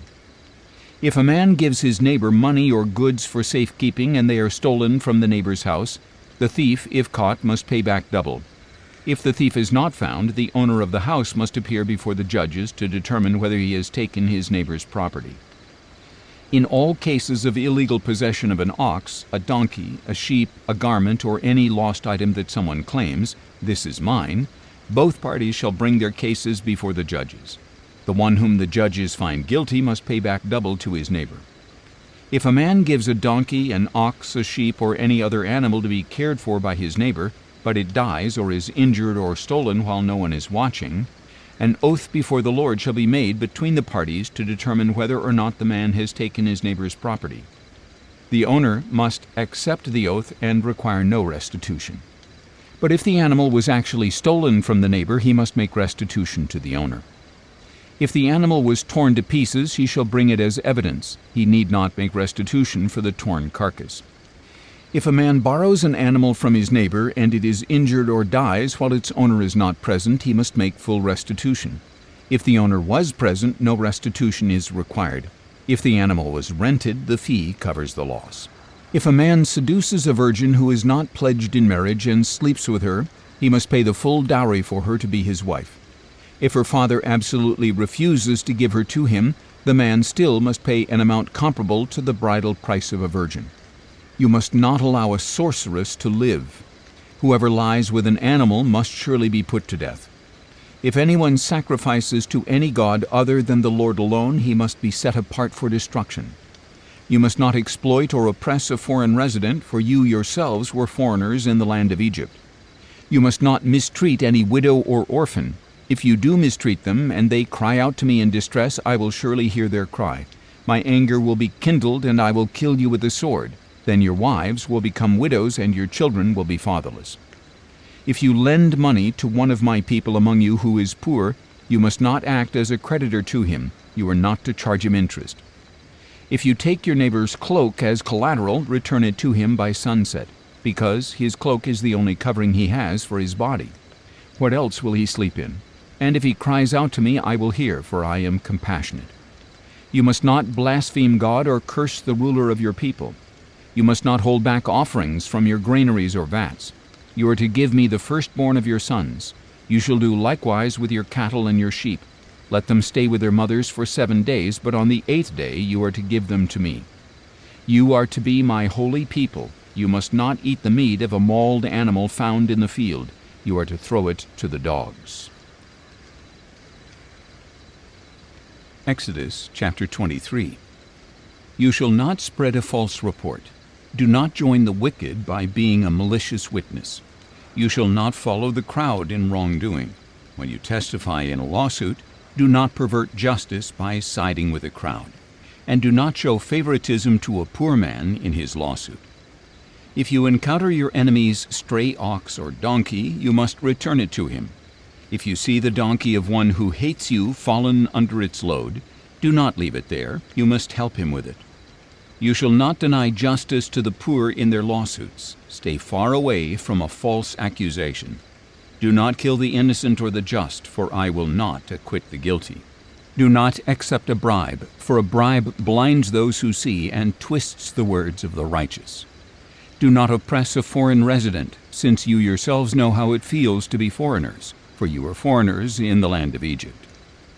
For 6 years you are to sow your land and gather its produce, but in the 7th year you must let it rest and lie fallow, so that the poor among your people may eat from the field, and the wild animals may consume what they leave. Do the same with your vineyard and olive grove. For 6 days you are to do your work, but on the 7th day you must cease, so that your ox and your donkey may rest, and the son of your maidservant may be refreshed, as well as the foreign resident. Pay close attention to everything I have said to you. You must not invoke the names of other gods. They must not be heard on your lips. 3 times a year you are to celebrate a feast to me. You are to keep the feast of unleavened bread as I commanded you. At the appointed time in the month of Abib you are to eat unleavened bread for 7 days, because that was the month you came out of Egypt. No one may appear before me empty-handed. You are also to keep the feast of harvest with the first fruits of the produce from what you sow in the field, and keep the feast of ingathering at the end of the year when you gather your produce from the field. 3 times a year all your males are to appear before the Lord God. You must not offer the blood of my sacrifices with anything leavened, nor may the fat of my feast remain until morning. Bring the best of the first fruits of your soil to the house of the Lord your God. You must not cook a young goat in its mother's milk. Behold, I am sending an angel before you to protect you along the way and to bring you to the place I have prepared. Pay attention to him and listen to his voice.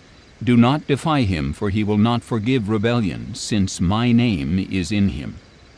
But if you will listen carefully to his voice and do everything I say, I will be an enemy to your enemies and a foe to your foes. For my angel will go before you and bring you into the land of the Amorites, Hittites, Perizzites, Canaanites, Hivites, and Jebusites, and I will annihilate them. You must not bow down to their gods or serve them or follow their practices. Instead, you are to demolish them and smash their sacred stones to pieces. So you shall serve the Lord your God, and he will bless your bread and your water, and I will take away sickness from among you. No woman in your land will miscarry or be barren. I will fulfill the number of your days. I will send my terror ahead of you and throw into confusion every nation you encounter. I will make all your enemies turn and run. I will send the hornet before you to drive the Hivites and Canaanites and Hittites out of your way. I will not drive them out before you in a single year, otherwise the land would become desolate and wild animals would multiply against you. Little by little I will drive them out ahead of you until you become fruitful and possess the land. And I will establish your borders from the Red Sea to the Sea of the Philistines and from the desert to the Euphrates. For I will deliver the inhabitants into your hand, and you will drive them out before you. You shall make no covenant with them or with their gods. They must not remain in your land, lest they cause you to sin against me. For if you serve their gods, it will surely be a snare to you. Exodus chapter 24. Then the Lord said to Moses, Come up to the Lord, you and Aaron, Nadab and Abihu, and 70 of Israel's elders, and you are to worship at a distance. Moses alone shall approach the Lord, but the others must not come near, and the people may not go up with him. When Moses came and told the people all the words and ordinances of the Lord, they all responded with one voice, All the words that the Lord has spoken we will do. And Moses wrote down all the words of the Lord. Early the next morning he got up and built an altar at the base of the mountain, along with 12 pillars for the 12 tribes of Israel. Then he sent out some young men of Israel, and they offered burnt offerings and sacrificed young bulls as peace offerings to the Lord. Moses took half of the blood and put it in bowls, and the other half he sprinkled on the altar. Then he took the book of the covenant and read it to the people, who replied, All that the Lord has spoken we will do, and we will be obedient. So Moses took the blood, sprinkled it on the people, and said, This is the blood of the covenant that the Lord has made with you in accordance with all these words. Then Moses went up with Aaron, Nadab and Abihu, and 70 of the elders of Israel, and they saw the God of Israel. Under his feet was a work like a pavement made of sapphire, as clear as the sky itself. But God did not lay his hand on the nobles of Israel. They saw him, and they ate and drank. Then the Lord said to Moses, Come up to me on the mountain and stay here, so that I may give you the tablets of stone with the law and commandments I have written for their instruction. So Moses set out with Joshua his attendant and went up on the mountain of God. And he said to the elders, Wait here for us until we return to you. Aaron and Hur are here with you. Whoever has a dispute can go to them. When Moses went up on the mountain, the cloud covered it, and the glory of the Lord settled on Mount Sinai. For 6 days the cloud covered it, and on the 7th day the Lord called to Moses from within the cloud.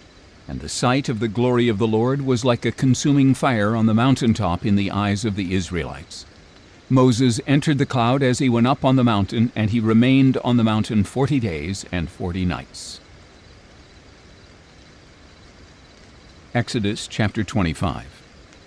Then the Lord said to Moses, Tell the Israelites to bring me an offering. You are to receive my offering from every man whose heart compels him. This is the offering you are to accept from them. gold, silver, and bronze, blue, purple, and scarlet yarn, fine linen and goat hair, ram skins dyed red and fine leather, acacia wood, olive oil for the light, spices for the anointing oil and for the fragrant incense, and onyx stones and gemstones to be mounted on the ephod and breastpiece. And they are to make a sanctuary for me, so that I may dwell among them. You must make the tabernacle and design all its furnishings according to the pattern I show you. And they are to construct an ark of acacia wood, 2.5 cubits long, 1.5 cubits wide, and 1.5 cubits high. Overlay it with pure gold both inside and out, and make a gold molding around it. Cast 4 gold rings for it, and fasten them to its 4 feet, 2 rings on one side and 2 on the other. And make poles of acacia wood, and overlay them with gold. Insert the poles into the rings on the sides of the ark in order to carry it. The poles are to remain in the rings of the ark, they must not be removed. And place inside the ark the testimony which I will give you. And you are to construct a mercy seat of pure gold, 2.5 cubits long and 1.5 cubits wide. Make 2 cherubim of hammered gold at the ends of the mercy seat, 1 cherub on one end and 1 on the other, all made from 1 piece of gold. And the cherubim are to have wings that spread upward, overshadowing the mercy seat. The cherubim are to face each other, looking toward the mercy seat. Set the mercy seat atop the ark, and put the testimony that I will give you into the ark. And I will meet with you there above the mercy seat between the 2 cherubim that are over the ark of the testimony. I will speak with you about all that I command you regarding the Israelites. You are also to make a table of acacia wood 2 cubits long, 1 cubit wide, and 1.5 cubits high. Overlay it with pure gold, and make a gold molding around it. And make a rim around it 1 handbreadth wide, and put a gold molding on the rim. Make 4 gold rings for the table, and fasten them to the 4 corners at its 4 legs. The rings are to be close to the rim, to serve as holders for the poles used to carry the table. Make the poles of acacia wood, and overlay them with gold, so that the table may be carried with them. You are also to make the plates and dishes, as well as the pitchers and bowls for pouring drink offerings. Make them out of pure gold. And place the bread of the presence on the table before me at all times. Then you are to make a lampstand of pure hammered gold. It shall be made of 1 piece, including its base and shaft, its cups, and its buds and petals. 6 branches are to extend from the sides of the lampstand, 3 on one side and 3 on the other. There are to be 3 cups shaped like almond blossoms on the first branch, each with buds and petals, 3 on the next branch, and the same for all 6 branches that extend from the lampstand. And on the lampstand there shall be 4 cups shaped like almond blossoms with buds and petals. For the 6 branches that extend from the lampstand, a bud must be under the first pair of branches, a bud under the second pair, and a bud under the third pair. The buds and branches are to be all of 1 piece with the lampstand, hammered out of pure gold. Make 7 lamps, and set them up on the lampstand so that they illuminate the area in front of it. The wick trimmers and their trays must be of pure gold. The lampstand and all these utensils shall be made from a talent of pure gold. See to it that you make everything according to the pattern shown you on the mountain. Exodus chapter 26. You are to construct the tabernacle itself with 10 curtains of finely spun linen, each with blue, purple, and scarlet yarn, and cherubim skillfully worked into them. Each curtain shall be 28 cubits long and 4 cubits wide, all curtains the same size. 5 of the curtains are to be joined together, and the other 5 joined as well. Make loops of blue material on the edge of the end curtain in the first set, and do the same for the end curtain in the second set. Make 50 loops on one curtain and 50 loops on the end curtain of the second set, so that the loops line up opposite one another. Make 50 gold clasps as well, and join the curtains together with the clasps, so that the tabernacle will be a unit. You are to make curtains of goat hair for the tent over the tabernacle, 11 curtains in all. Each of the 11 curtains is to be the same size, 30 cubits long and 4 cubits wide.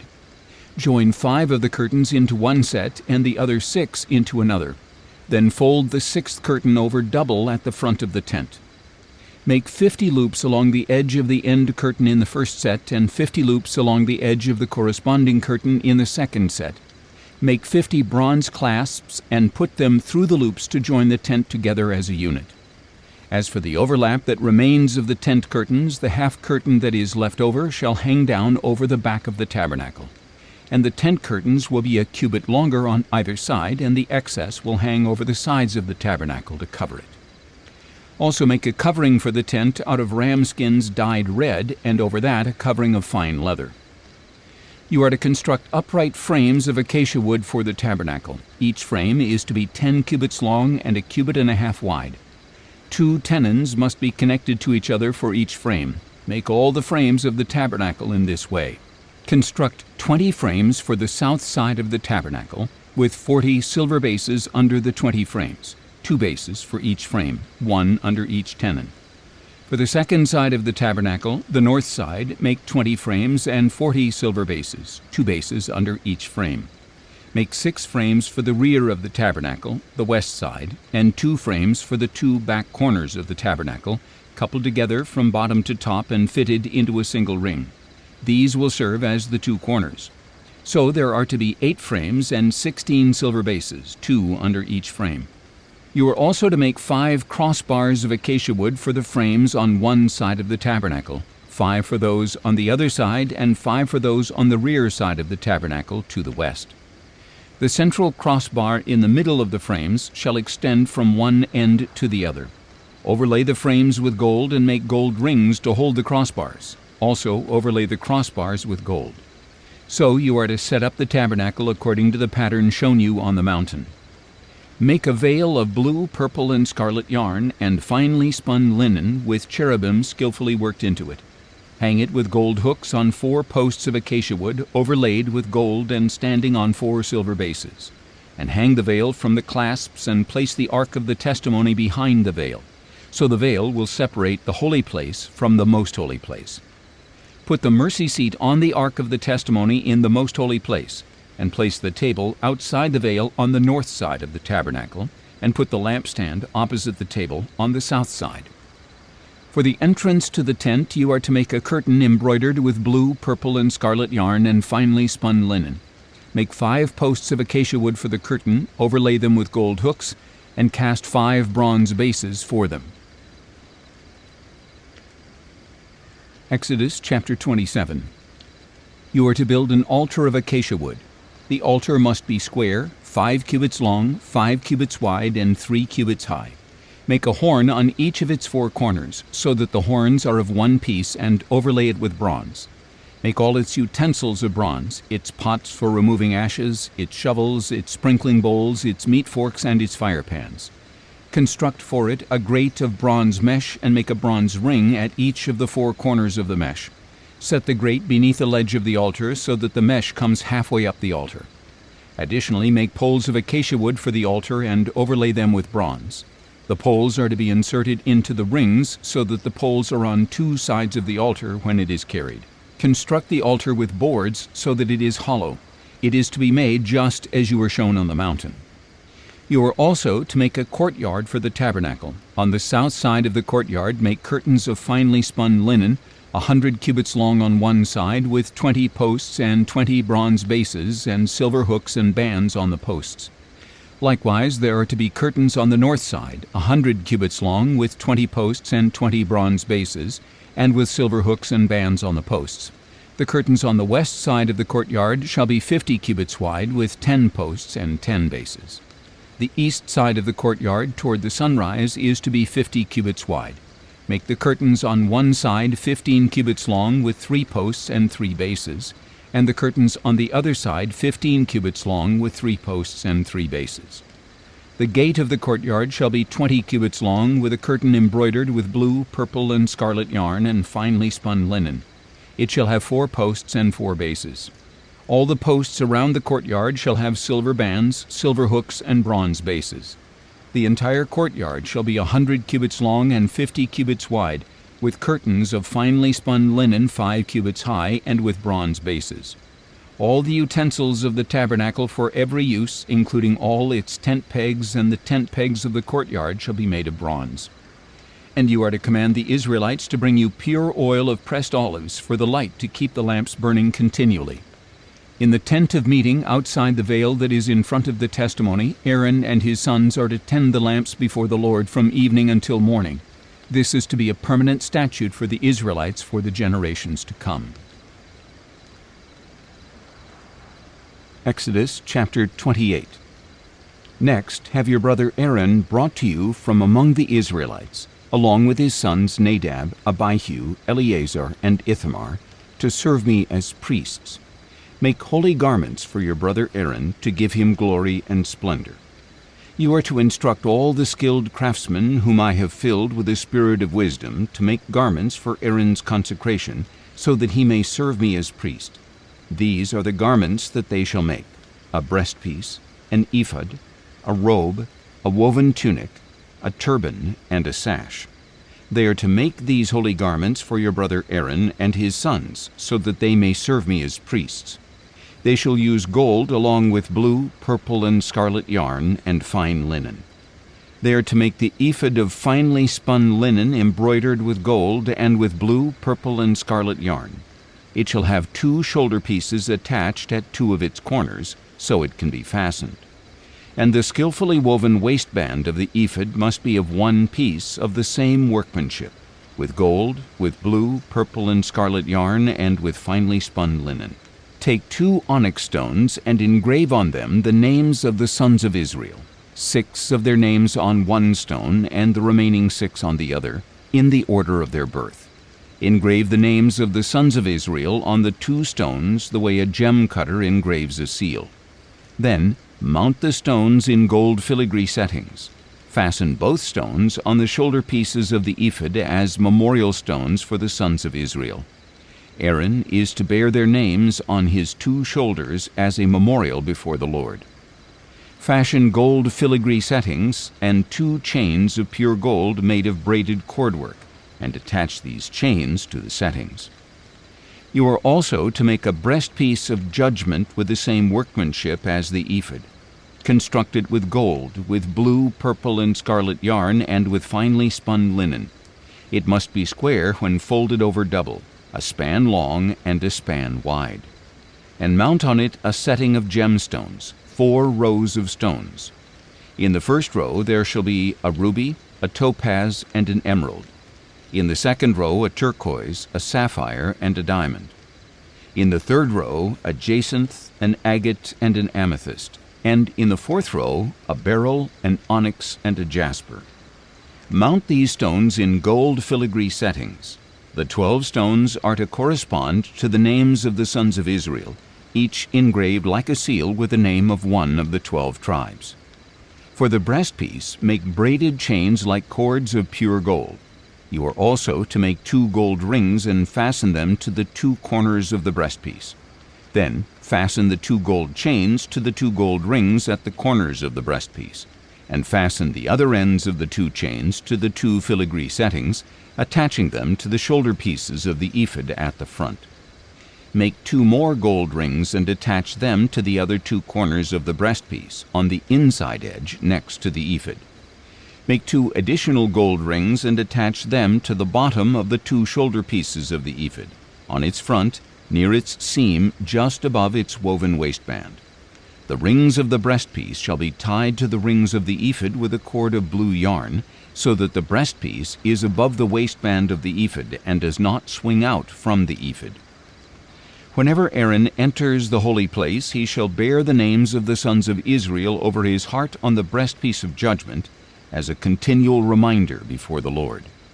And place the Urim and Thummim in the breastpiece of judgment, so that they will also be over Aaron's heart whenever he comes before the Lord. Aaron will continually carry the judgment of the sons of Israel over his heart before the Lord. You are to make the robe of the ephod entirely of blue cloth, with an opening at its top in the center. Around the opening shall be a woven collar with an opening like that of a garment, so that it will not tear.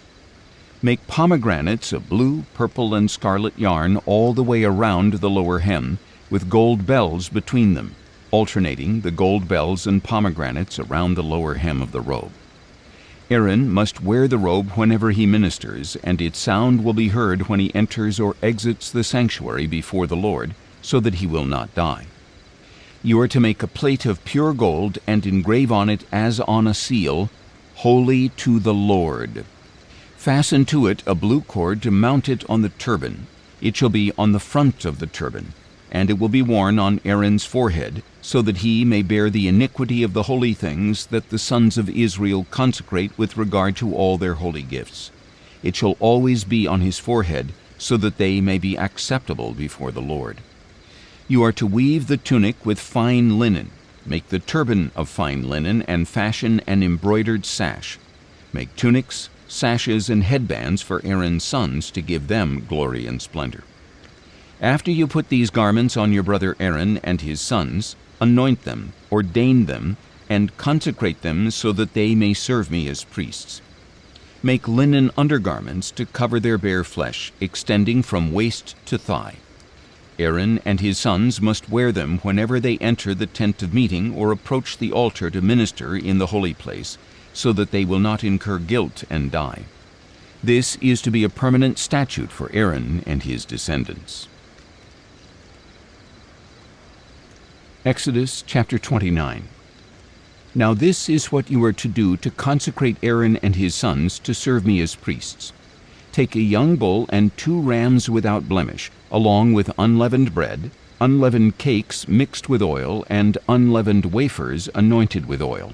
Make them out of fine wheat flour, put them in a basket, and present them in the basket along with the bull and the 2 rams.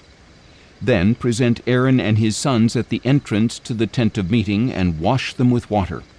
Take the garments and clothe Aaron with the tunic, the robe of the ephod itself, and the breastplate. Fasten the ephod on him with its woven waistband. Put the turban on his head, and attach the holy diadem to the turban. Then take the anointing oil and anoint him by pouring it on his head. Present his sons as well, and clothe them with tunics.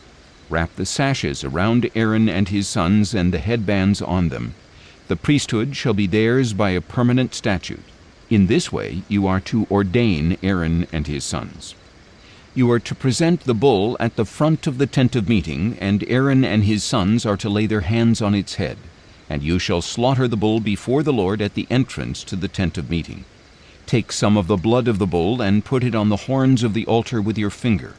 Then pour out the rest of the blood at the base of the altar. Take all the fat that covers the entrails and the lobe of the liver and both kidneys with the fat on them, and burn them on the altar. But burn the flesh of the bull and its hide and dung outside the camp. It is a sin offering. Take one of the rams, and Aaron and his sons shall lay their hands on its head. You are to slaughter the ram, take its blood, and sprinkle it on all sides of the altar. Cut the ram into pieces, wash the entrails and legs, and place them with its head and other pieces. Then burn the entire ram on the altar. It is a burnt offering to the Lord, a pleasing aroma, an offering made by fire to the Lord. Take the second ram, and Aaron and his sons are to lay their hands on its head. Slaughter the ram, take some of its blood, and put it on the right earlobes of Aaron and his sons, on the thumbs of their right hands, and on the big toes of their right feet. Sprinkle the remaining blood on all sides of the altar. And take some of the blood on the altar and some of the anointing oil, and sprinkle it on Aaron and his garments, as well as on his sons and their garments. Then he and his garments will be consecrated, as well as his sons and their garments. Take the fat from the ram, the fat tail, the fat covering the entrails, the lobe of the liver, both kidneys with the fat on them, and the right thigh, since this is a ram for ordination, along with 1 loaf of bread, 1 cake of bread made with oil, and 1 wafer from the basket of unleavened bread that is before the Lord. Put all these in the hands of Aaron and his sons, and wave them before the Lord as a wave offering. Then take them from their hands and burn them on the altar atop the burnt offering as a pleasing aroma before the Lord. It is an offering made by fire to the Lord. Take the breast of the ram of Aaron's ordination and wave it before the Lord as a wave offering, and it will be your portion. Consecrate for Aaron and his sons the breast of the wave offering that is waved, and the thigh of the heave offering that is lifted up from the ram of ordination. This will belong to Aaron and his sons as a regular portion from the Israelites, for it is the heave offering the Israelites will make to the Lord from their peace offerings. The holy garments that belong to Aaron will belong to his sons after him, so they can be anointed and ordained in them. The son who succeeds him as priest and enters the tent of meeting to minister in the holy place must wear them for 7 days. You are to take the ram of ordination and boil its flesh in a holy place. At the entrance to the tent of meeting, Aaron and his sons are to eat the meat of the ram and the bread that is in the basket. They must eat those things by which atonement was made for their ordination and consecration. But no outsider may eat them, because these things are sacred. And if any of the meat of ordination or any bread is left until the morning, you are to burn up the remainder. It must not be eaten, because it is sacred. This is what you are to do for Aaron and his sons, based on all that I have commanded you, taking 7 days to ordain them. Sacrifice a bull as a sin offering each day for atonement. Purify the altar by making atonement for it, and anoint it to consecrate it. For 7 days you shall make atonement for the altar and consecrate it. Then the altar will become most holy. Whatever touches the altar will be holy. This is what you are to offer regularly on the altar, each day: 2 lambs that are a year old. Offer 1 lamb in the morning and the other at twilight. With the first lamb, offer 1/10 of an ephah of fine flour mixed with 1/4 hin of oil from pressed olives, and a drink offering of 1/4 hin of wine. And offer the second lamb at twilight with the same grain offering and drink offering as in the morning, as a pleasing aroma, an offering made by fire to the Lord. For the generations to come, this burnt offering shall be made regularly at the entrance to the tent of meeting before the Lord, where I will meet you to speak with you.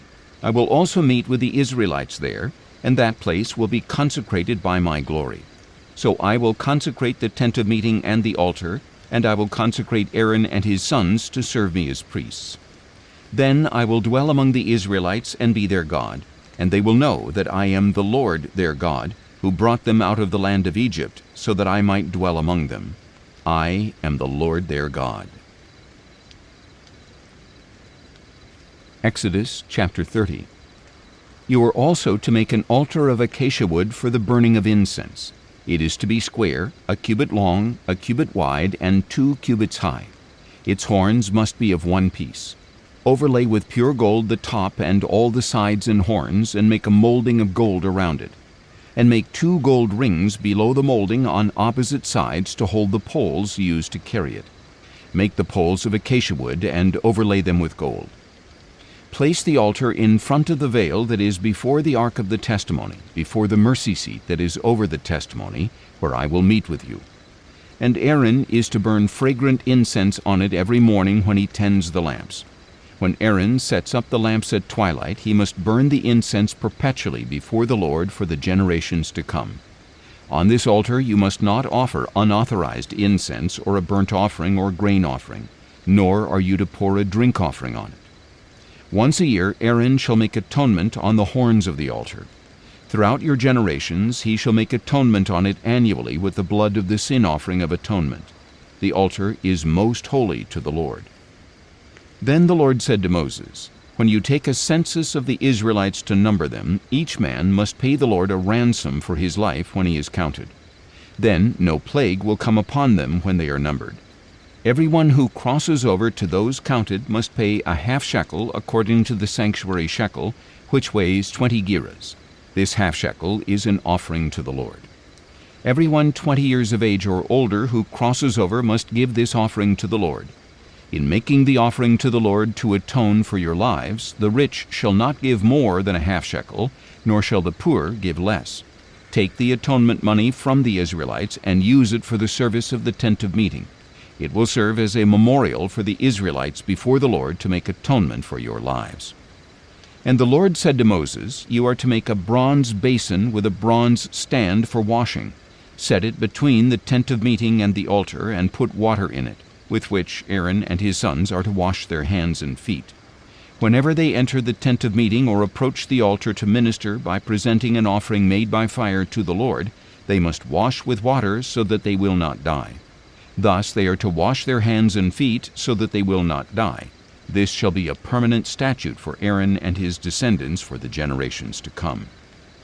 Then the Lord said to Moses, Take the finest spices, 500 shekels of liquid myrrh, half that amount, 250 shekels, of fragrant cinnamon, 250 shekels of fragrant cane, 500 shekels of cassia, all according to the sanctuary shekel, and a hin of olive oil. Prepare from these a sacred anointing oil, a fragrant blend, the work of a perfumer. It will be a sacred anointing oil. Use this oil to anoint the tent of meeting, the ark of the testimony, the table and all its utensils, the lampstand and its utensils, the altar of incense, the altar of burnt offering and all its utensils, and the basin with its stand. You are to consecrate them so that they will be most holy. Whatever touches them shall be holy. Anoint Aaron and his sons and consecrate them to serve me as priests. And you are to tell the Israelites, "This will be my sacred anointing oil for the generations to come.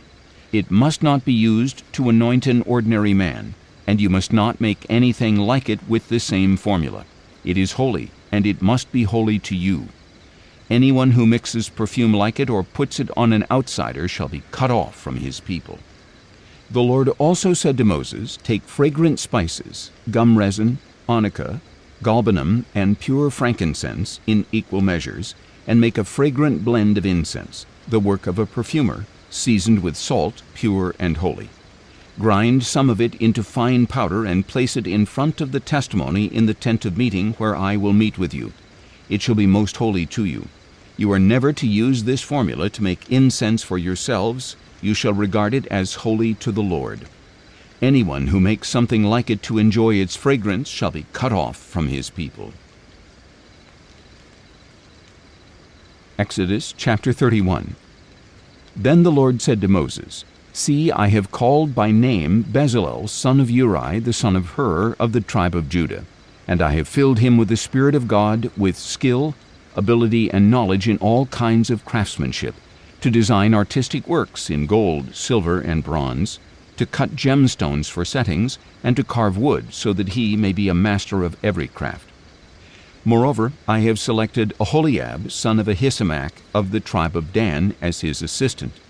I have also given skill to all the craftsmen, that they may fashion all that I have commanded you, the tent of meeting, the ark of the testimony, and the mercy seat upon it, and all the other furnishings of the tent, the table with its utensils, the pure gold lampstand with all its utensils, the altar of incense, the altar of burnt offering with all its utensils, and the basin with its stand, as well as the woven garments, both the holy garments for Aaron the priest and the garments for his sons to serve as priests, in addition to the anointing oil and fragrant incense for the holy place.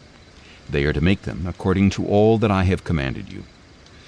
And the Lord said to Moses, "Tell the Israelites, surely you must keep my Sabbaths, for this will be a sign between me and you for the generations to come, so that you may know that I am the Lord who sanctifies you. Keep the Sabbath, for it is holy to you. Anyone who profanes it must surely be put to death. Whoever does any work on that day must be cut off from among his people. For 6 days work may be done, but the 7th day is a Sabbath of complete rest, holy to the Lord. Whoever does any work on the Sabbath day must surely be put to death." The Israelites must keep the Sabbath, celebrating it as a permanent covenant for the generations to come. It is a sign between me and the Israelites forever. For in 6 days the Lord made the heavens and the earth, but on the 7th day he rested and was refreshed. When the Lord had finished speaking with Moses on Mount Sinai, he gave him the 2 tablets of the testimony, tablets of stone inscribed by the finger of God. Exodus chapter 32. Now when the people saw that Moses was delayed in coming down from the mountain, they gathered around Aaron and said, "Come, make us gods who will go before us. As for this Moses who brought us up out of the land of Egypt, we do not know what has happened to him." So Aaron told them, "Take off the gold earrings that are on your wives and sons and daughters, and bring them to me." Then all the people took off their gold earrings and brought them to Aaron. He took the gold from their hands, and with an engraving tool he fashioned it into a molten calf. And they said, "These, O Israel, are your gods, who brought you up out of the land of Egypt." When Aaron saw this, he built an altar before the calf and proclaimed, "Tomorrow shall be a feast to the Lord." So the next day they arose, offered burnt offerings, and presented peace offerings. And the people sat down to eat and drink, and got up to indulge in revelry. Then the Lord said to Moses, "Go down at once, for your people whom you brought up out of the land of Egypt have corrupted themselves. How quickly they have turned aside from the way that I commanded them. They have made for themselves a molten calf and have bowed down to it. They have sacrificed to it and said, 'These, O Israel, are your gods who brought you up out of the land of Egypt.' The Lord also said to Moses, 'I have seen this people, and they are indeed a stiff-necked people. Now leave me alone, so that my anger may burn against them and consume them. Then I will make you into a great nation.' But Moses sought the favor of the Lord his God, saying, 'O Lord, why does your anger burn against your people whom you brought out of the land of Egypt with great power and a mighty hand? Why should the Egyptians declare, He brought them out with evil intent to kill them in the mountains and wipe them from the face of the earth? Turn from your fierce anger and relent from doing harm to your people. Remember your servants Abraham, Isaac, and Israel, to whom you swore by your very self when you declared, I will make your descendants as numerous as the stars in the sky, and I will give your descendants all this land that I have promised, and it shall be their inheritance forever.' So the Lord relented from the calamity he had threatened to bring on his people. Then Moses turned and went down the mountain with the 2 tablets of the testimony in his hands. They were inscribed on both sides, front and back. The tablets were the work of God, and the writing was the writing of God engraved on the tablets.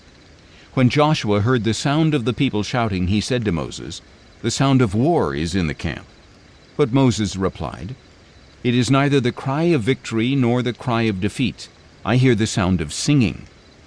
As Moses approached the camp and saw the calf and the dancing, he burned with anger and threw the tablets out of his hands, shattering them at the base of the mountain. Then he took the calf they had made, burned it in the fire, ground it to powder, and scattered the powder over the face of the water. Then he forced the Israelites to drink it. 'What did this people do to you,' Moses asked Aaron, 'that you have led them into so great a sin?' 'Do not be enraged, my lord,' Aaron replied. 'You yourself know that the people are intent on evil. They told me, "Make us gods who will go before us." As for this Moses who brought us up out of the land of Egypt, we do not know what has happened to him.'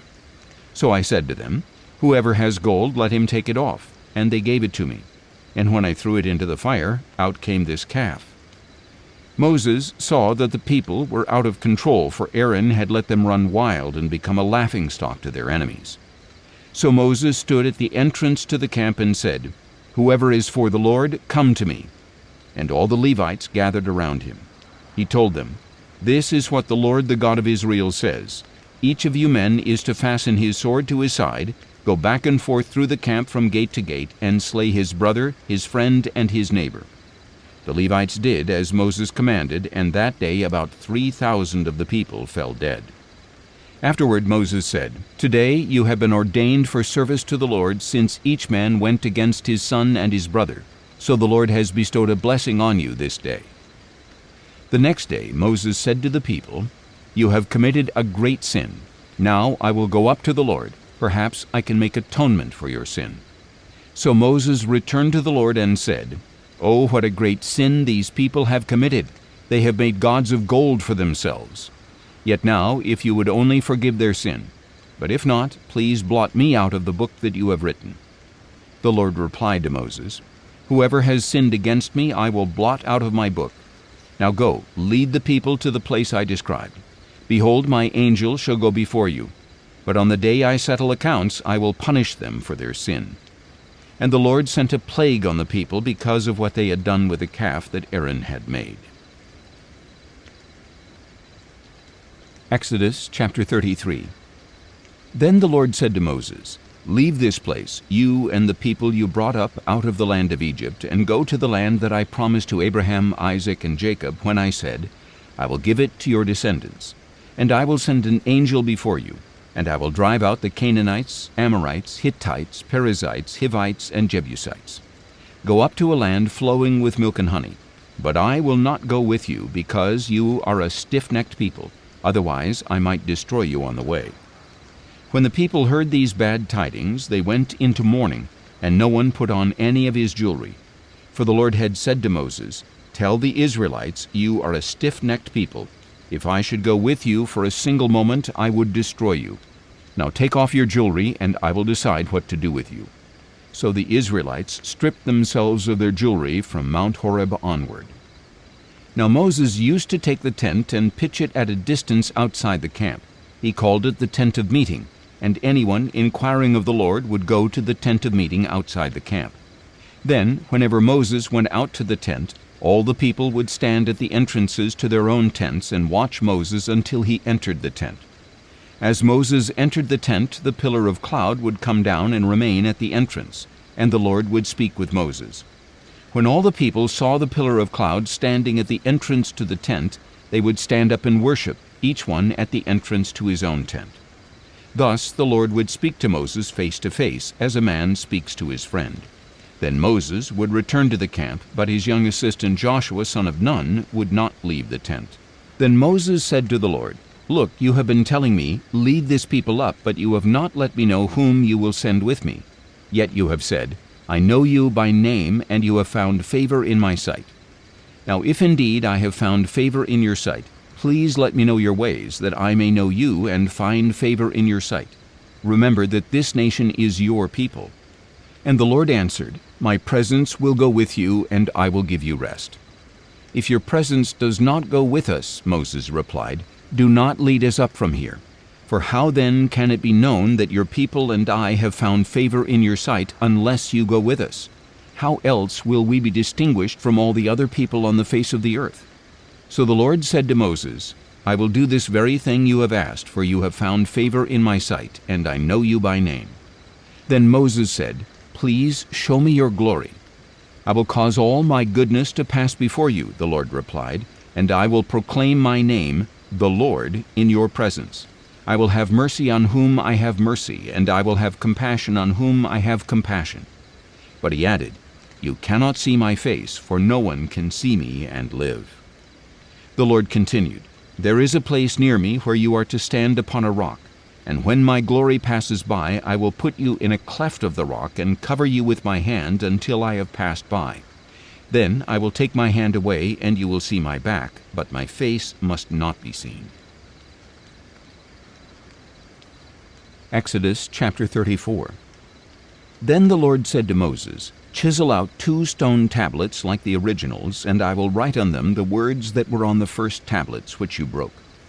Be ready in the morning, and come up on Mount Sinai to present yourself before me on the mountaintop. No one may go up with you. In fact, no one may be seen anywhere on the mountain. Not even the flocks or herds may graze in front of the mountain." So Moses chiseled out 2 stone tablets like the originals.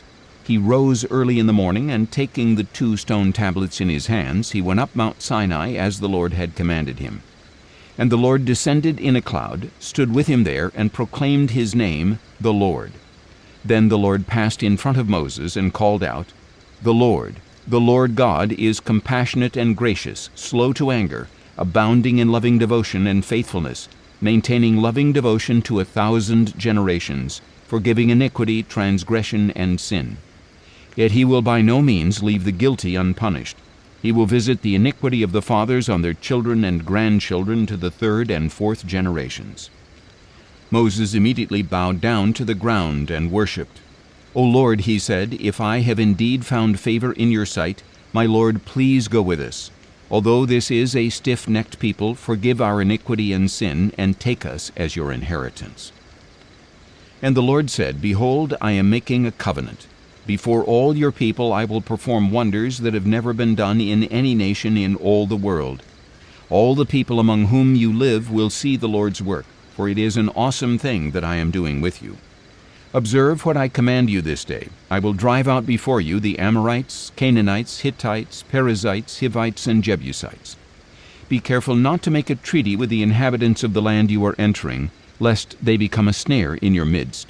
Rather, you must tear down their altars, smash their sacred stones, and chop down their Asherah poles. For you must not worship any other god, for the Lord, whose name is jealous, is a jealous God. Do not make a covenant with the inhabitants of the land, for when they prostitute themselves to their gods and sacrifice to them, they will invite you, and you will eat their sacrifices. And when you take some of their daughters as brides for your sons, Their daughters will prostitute themselves to their gods and cause your sons to do the same. You shall make no molten gods for yourselves. You are to keep the feast of unleavened bread. For 7 days at the appointed time in the month of Abib, you are to eat unleavened bread as I commanded you. For in the month of Abib you came out of Egypt. The first offspring of every womb belongs to me, including all the firstborn males among your livestock, whether cattle or sheep. You must redeem the firstborn of a donkey with a lamb. But if you do not redeem it, you are to break its neck. You must redeem all the firstborn of your sons. No one shall appear before me empty-handed. 6 days you shall labor, but on the 7th day you shall rest. Even in the seasons of plowing and harvesting you must rest. And you are to celebrate the Feast of Weeks with the firstfruits of the wheat harvest, and the Feast of Ingathering at the turn of the year. 3 times a year all your males are to appear before the Lord God, the God of Israel. For I will drive out the nations before you, and enlarge your borders, and no one will covet your land when you go up 3 times a year to appear before the Lord your God. Do not offer the blood of a sacrifice to me along with anything leavened, and do not let any of the sacrifice from the Passover feast remain until morning. Bring the best of the firstfruits of your soil to the house of the Lord your God. You must not cook a young goat in its mother's milk. The Lord also said to Moses, Write down these words, for in accordance with these words I have made a covenant with you and with Israel. So Moses was there with the Lord 40 days and 40 nights without eating bread or drinking water. He wrote on the tablets the words of the covenant, the 10 Commandments. And when Moses came down from Mount Sinai with the 2 tablets of the testimony in his hands, he was unaware that his face had become radiant from speaking with the Lord. Aaron and all the Israelites looked at Moses, and behold, his face was radiant, and they were afraid to approach him. But Moses called out to them. So Aaron and all the leaders of the congregation returned to him, and Moses spoke to them. And after this all the Israelites came near, and Moses commanded them to do everything that the Lord had told him on Mount Sinai. When Moses had finished speaking with them, he put a veil over his face. But whenever Moses went in before the Lord to speak with him, he would remove the veil until he came out. And when he came out, he would tell the Israelites what he had been commanded, and the Israelites would see that the face of Moses was radiant. So Moses would put the veil back over his face until he went in to speak with the Lord. Exodus chapter 35. Then Moses assembled the whole congregation of Israel and said to them, These are the things that the Lord has commanded you to do. For 6 days work may be done, but the 7th day shall be your holy day, a Sabbath of complete rest to the Lord. Whoever does any work on that day must be put to death. Do not light a fire in any of your dwellings on the Sabbath day. Moses also told the whole congregation of Israel, This is what the Lord has commanded. Take from among you an offering to the Lord. Let everyone whose heart is willing bring an offering to the Lord. Gold, silver, and bronze, blue, purple, and scarlet yarn, fine linen and goat hair, ram skins dyed red, and fine leather, acacia wood, olive oil for the light, spices for the anointing oil and for the fragrant incense, and onyx stones and gemstones to be mounted on the ephod and breastpiece. Let every skilled craftsman among you come and make everything that the Lord has commanded: the tabernacle with its tent and covering, its clasps and frames, its crossbars, posts, and bases, the ark with its poles and mercy seat and the veil to shield it, the table with its poles, all its utensils, and the bread of the presence, the lampstand for light with its accessories and lamps and oil for the light, the altar of incense with its poles, the anointing oil and fragrant incense, the curtain for the doorway at the entrance to the tabernacle, the altar of burnt offering with its bronze grate, its poles, and all its utensils, the basin with its stand, the curtains of the courtyard with its posts and bases, and the curtain for the gate of the courtyard, the tent pegs for the tabernacle and for the courtyard, along with their ropes, and the woven garments for ministering in the holy place, both the holy garments for Aaron the priest and the garments for his sons to serve as priests, Then the whole congregation of Israel withdrew from the presence of Moses, and everyone whose heart stirred him and whose spirit prompted him came and brought an offering to the Lord for the work on the tent of meeting, for all its services, and for the holy garments. So all who had willing hearts, both men and women, came and brought brooches and earrings, rings and necklaces, and all kinds of gold jewelry, and they all presented their gold as a wave offering to the Lord. Everyone who had blue, purple, or scarlet yarn, or fine linen, goat hair, ram skins dyed red, or articles of fine leather, brought them. And all who could present an offering of silver or bronze brought it as a contribution to the Lord. Also everyone who had acacia wood for any part of the service brought it. Every skilled woman spun with her hands and brought what she had spun, blue, purple, or scarlet yarn, or fine linen. And all the skilled women whose hearts were stirred spun the goat hair. The leaders brought onyx stones and gemstones to mount on the ephod and breastpiece, as well as spices and olive oil for the light, for the anointing oil, and for the fragrant incense. So all the men and women of the Israelites whose hearts prompted them brought a freewill offering to the Lord for all the work that the Lord through Moses had commanded them to do.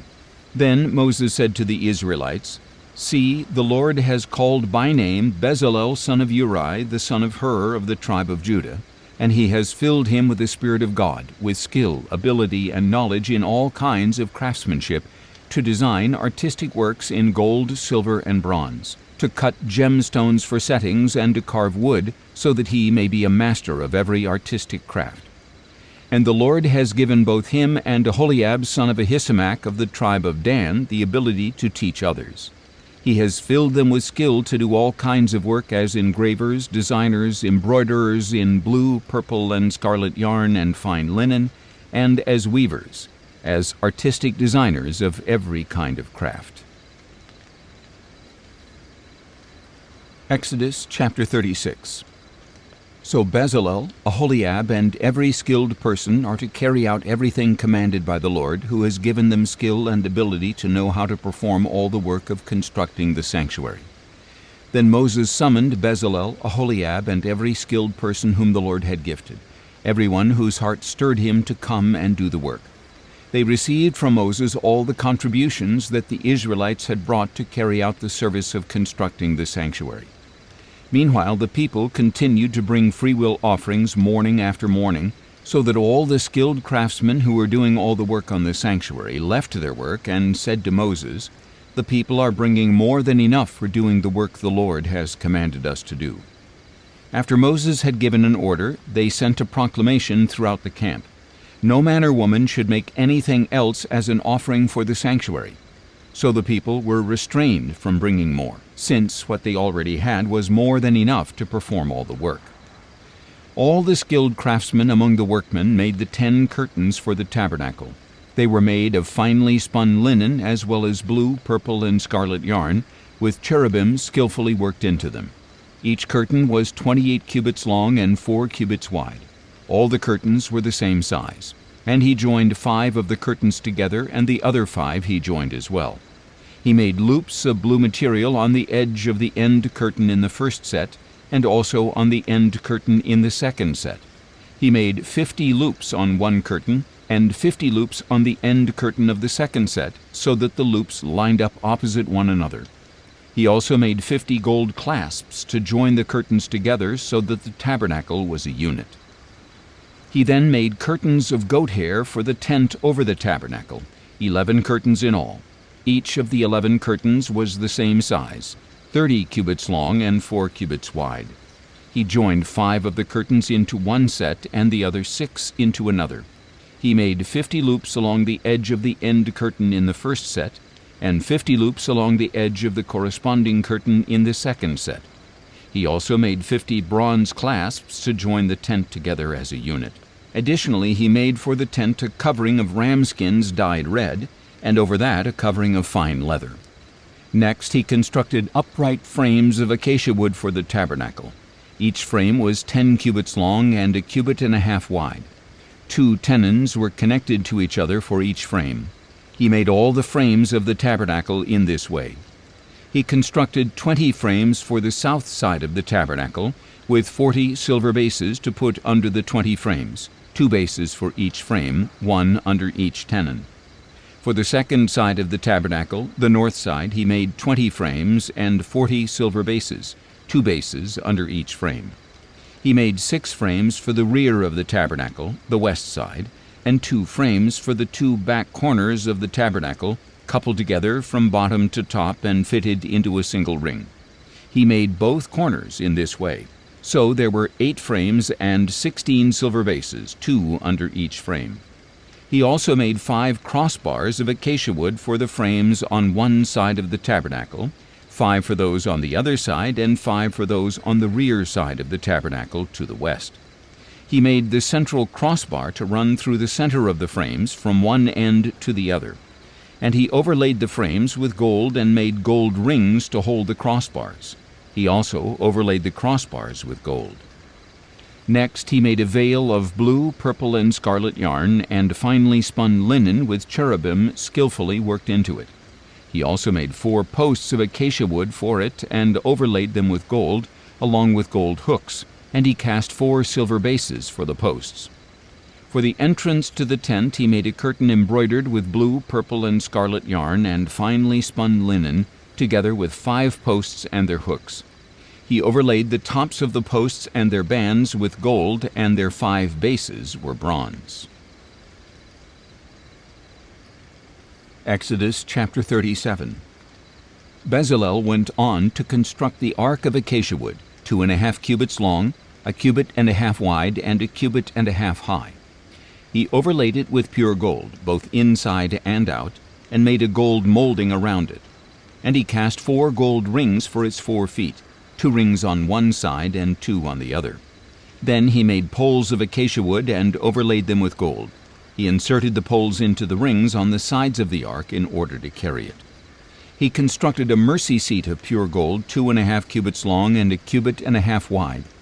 He made 2 cherubim of hammered gold at the ends of the mercy seat, 1 cherub on one end and 1 on the other, all made from 1 piece of gold. And the cherubim had wings that spread upward, overshadowing the mercy seat. The cherubim faced each other, looking toward the mercy seat. He also made the table of acacia wood 2 cubits long, 1 cubit wide, and 1.5 cubits high. He overlaid it with pure gold and made a gold molding around it. And he made a rim around it 1 handbreadth wide and put a gold molding on the rim. He cast 4 gold rings for the table and fastened them to the 4 corners at its 4 legs. The rings were placed close to the rim to serve as holders for the poles used to carry the table. He made the poles of acacia wood for carrying the table and overlaid them with gold. He also made the utensils for the table out of pure gold, its plates and dishes as well as its bowls and pitchers for pouring drink offerings. Then he made the lampstand out of pure hammered gold, all of 1 piece, its base and shaft, its cups, and its buds and petals. 6 branches extended from the sides, 3 on one side and 3 on the other. There were 3 cups shaped like almond blossoms on the first branch, each with buds and petals, 3 on the next branch, and the same for all 6 branches that extended from the lampstand. And on the lampstand were 4 cups shaped like almond blossoms with buds and petals. A bud was under the first pair of branches that extended from the lampstand, a bud under the second pair, and a bud under the third pair. The buds and branches were all of 1 piece with the lampstand, hammered out of pure gold. He also made its 7 lamps, its wick trimmers, and trays of pure gold. He made the lampstand and all its utensils from a talent of pure gold. He made the altar of incense out of acacia wood. It was square, 1 cubit long, 1 cubit wide, and 2 cubits high. Its horns were of 1 piece. And he overlaid with pure gold the top and all the sides and horns. Then he made a molding of gold around it. He made 2 gold rings below the molding on opposite sides to hold the poles used to carry it. And he made the poles of acacia wood and overlaid them with gold. He also made the sacred anointing oil and the pure fragrant incense, the work of a perfumer. Exodus chapter 38. Bezalel constructed the altar of burnt offering from acacia wood. It was square, 5 cubits long, 5 cubits wide and 3 cubits high. He made a horn at each of its 4 corners, so that the horns and altar were of one piece, and he overlaid the altar with bronze. He made all the altar's utensils of bronze, its pots, shovels, sprinkling bowls, meat forks, and fire pans. He made a grate of bronze mesh for the altar under its ledge, halfway up from the bottom. At the 4 corners of the bronze grate he cast 4 rings as holders for the poles, and he made the poles of acacia wood and overlaid them with bronze. Then he inserted the poles into the rings on the sides of the altar for carrying it. He made the altar with boards so that it was hollow. Next he made the bronze basin and its stand from the mirrors of the women who served at the entrance to the tent of meeting. Then he constructed the courtyard. The south side of the courtyard was 100 cubits long and had curtains of finely spun linen, with 20 posts and 20 bronze bases, and with silver hooks and bands on the posts. The north side was also 100 cubits long, with 20 posts and 20 bronze bases. The hooks and bands of the posts were silver. The west side was 50 cubits long and had curtains with 10 posts and 10 bases. The hooks and bands of the posts were silver. And the east side toward the sunrise was also 50 cubits long. The curtains on one side of the entrance were 15 cubits long, with 3 posts and 3 bases. And the curtains on the other side were also 15 cubits long, with 3 posts and 3 bases as well. All the curtains around the courtyard were made of finely spun linen. The bases for the posts were bronze, the hooks and bands were silver, and the plating for the tops of the posts was silver. So all the posts of the courtyard were banded with silver.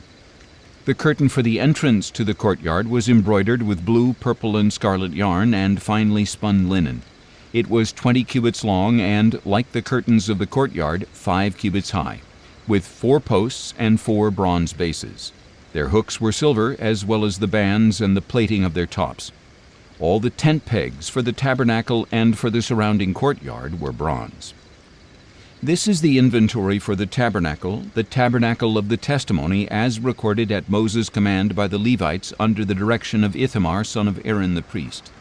Bezalel, son of Uri, the son of Hur, of the tribe of Judah, made everything that the Lord had commanded Moses.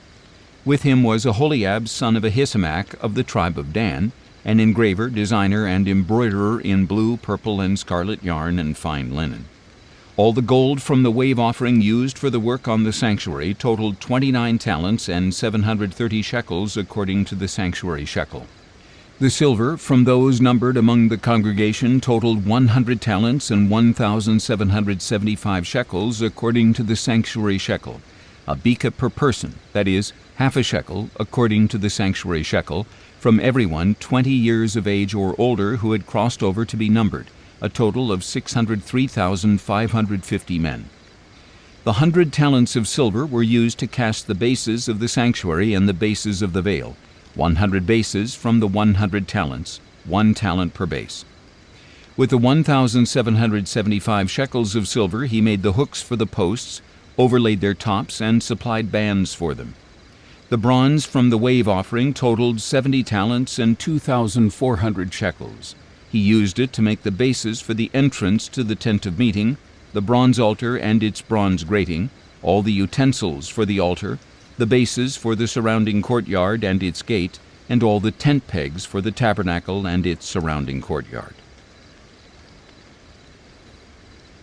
Exodus chapter 39. From the blue, purple, and scarlet yarn they made specially woven garments for ministry in the sanctuary, as well as the holy garments for Aaron, just as the Lord had commanded Moses. Bezalel made the ephod of finely spun linen embroidered with gold and with blue, purple, and scarlet yarn. They hammered out thin sheets of gold and cut threads from them to interweave with the blue, purple, and scarlet yarn and fine linen, the work of a skilled craftsman. They made shoulder pieces for the ephod, which were attached at 2 of its corners so it could be fastened. And the skillfully woven waistband of the ephod was of one piece with the ephod, of the same workmanship, with gold, with blue, purple, and scarlet yarn, and with finely spun linen, just as the Lord had commanded Moses.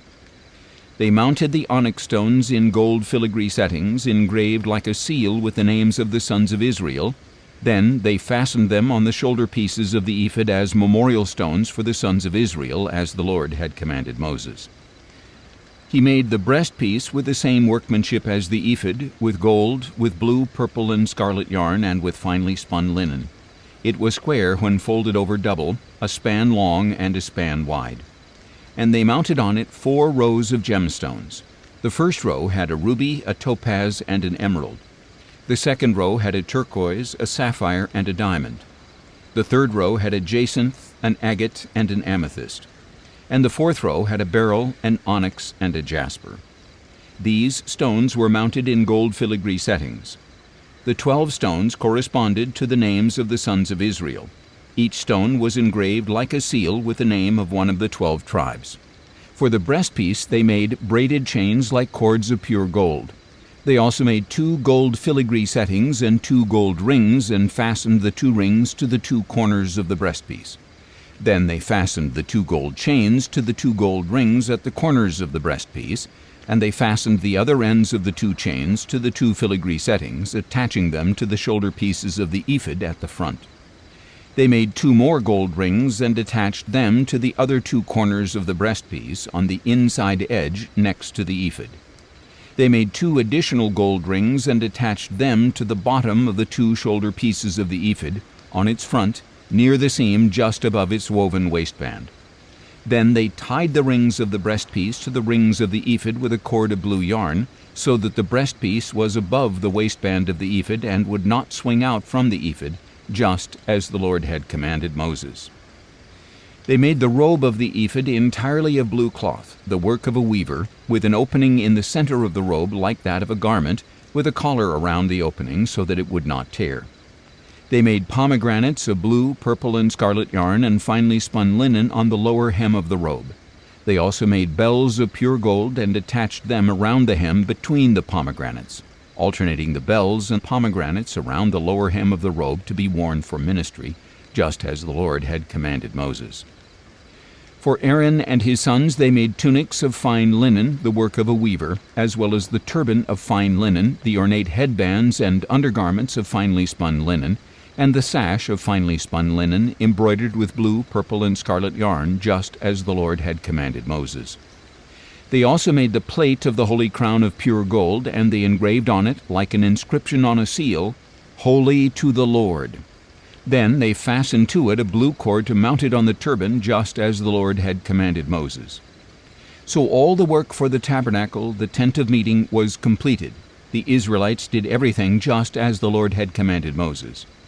Then they brought the tabernacle to Moses, the tent with all its furnishings, its clasps, its frames, its crossbars, and its posts and bases, the covering of ram skins dyed red, the covering of fine leather, and the veil of the covering, the ark of the testimony with its poles and the mercy seat, the table with all its utensils and the bread of the presence, the pure gold lampstand with its row of lamps and all its utensils, as well as the oil for the light, the gold altar, the anointing oil, the fragrant incense, and the curtain for the entrance to the tent, the bronze altar with its bronze grating, its poles and all its utensils, the basin with its stand, the curtains of the courtyard with its posts and bases, the curtain for the gate of the courtyard, its ropes and tent pegs, and all the equipment for the service of the tabernacle, the tent of meeting, and the woven garments for ministering in the sanctuary, both the holy garments for Aaron the priest and the garments for his sons to serve as priests.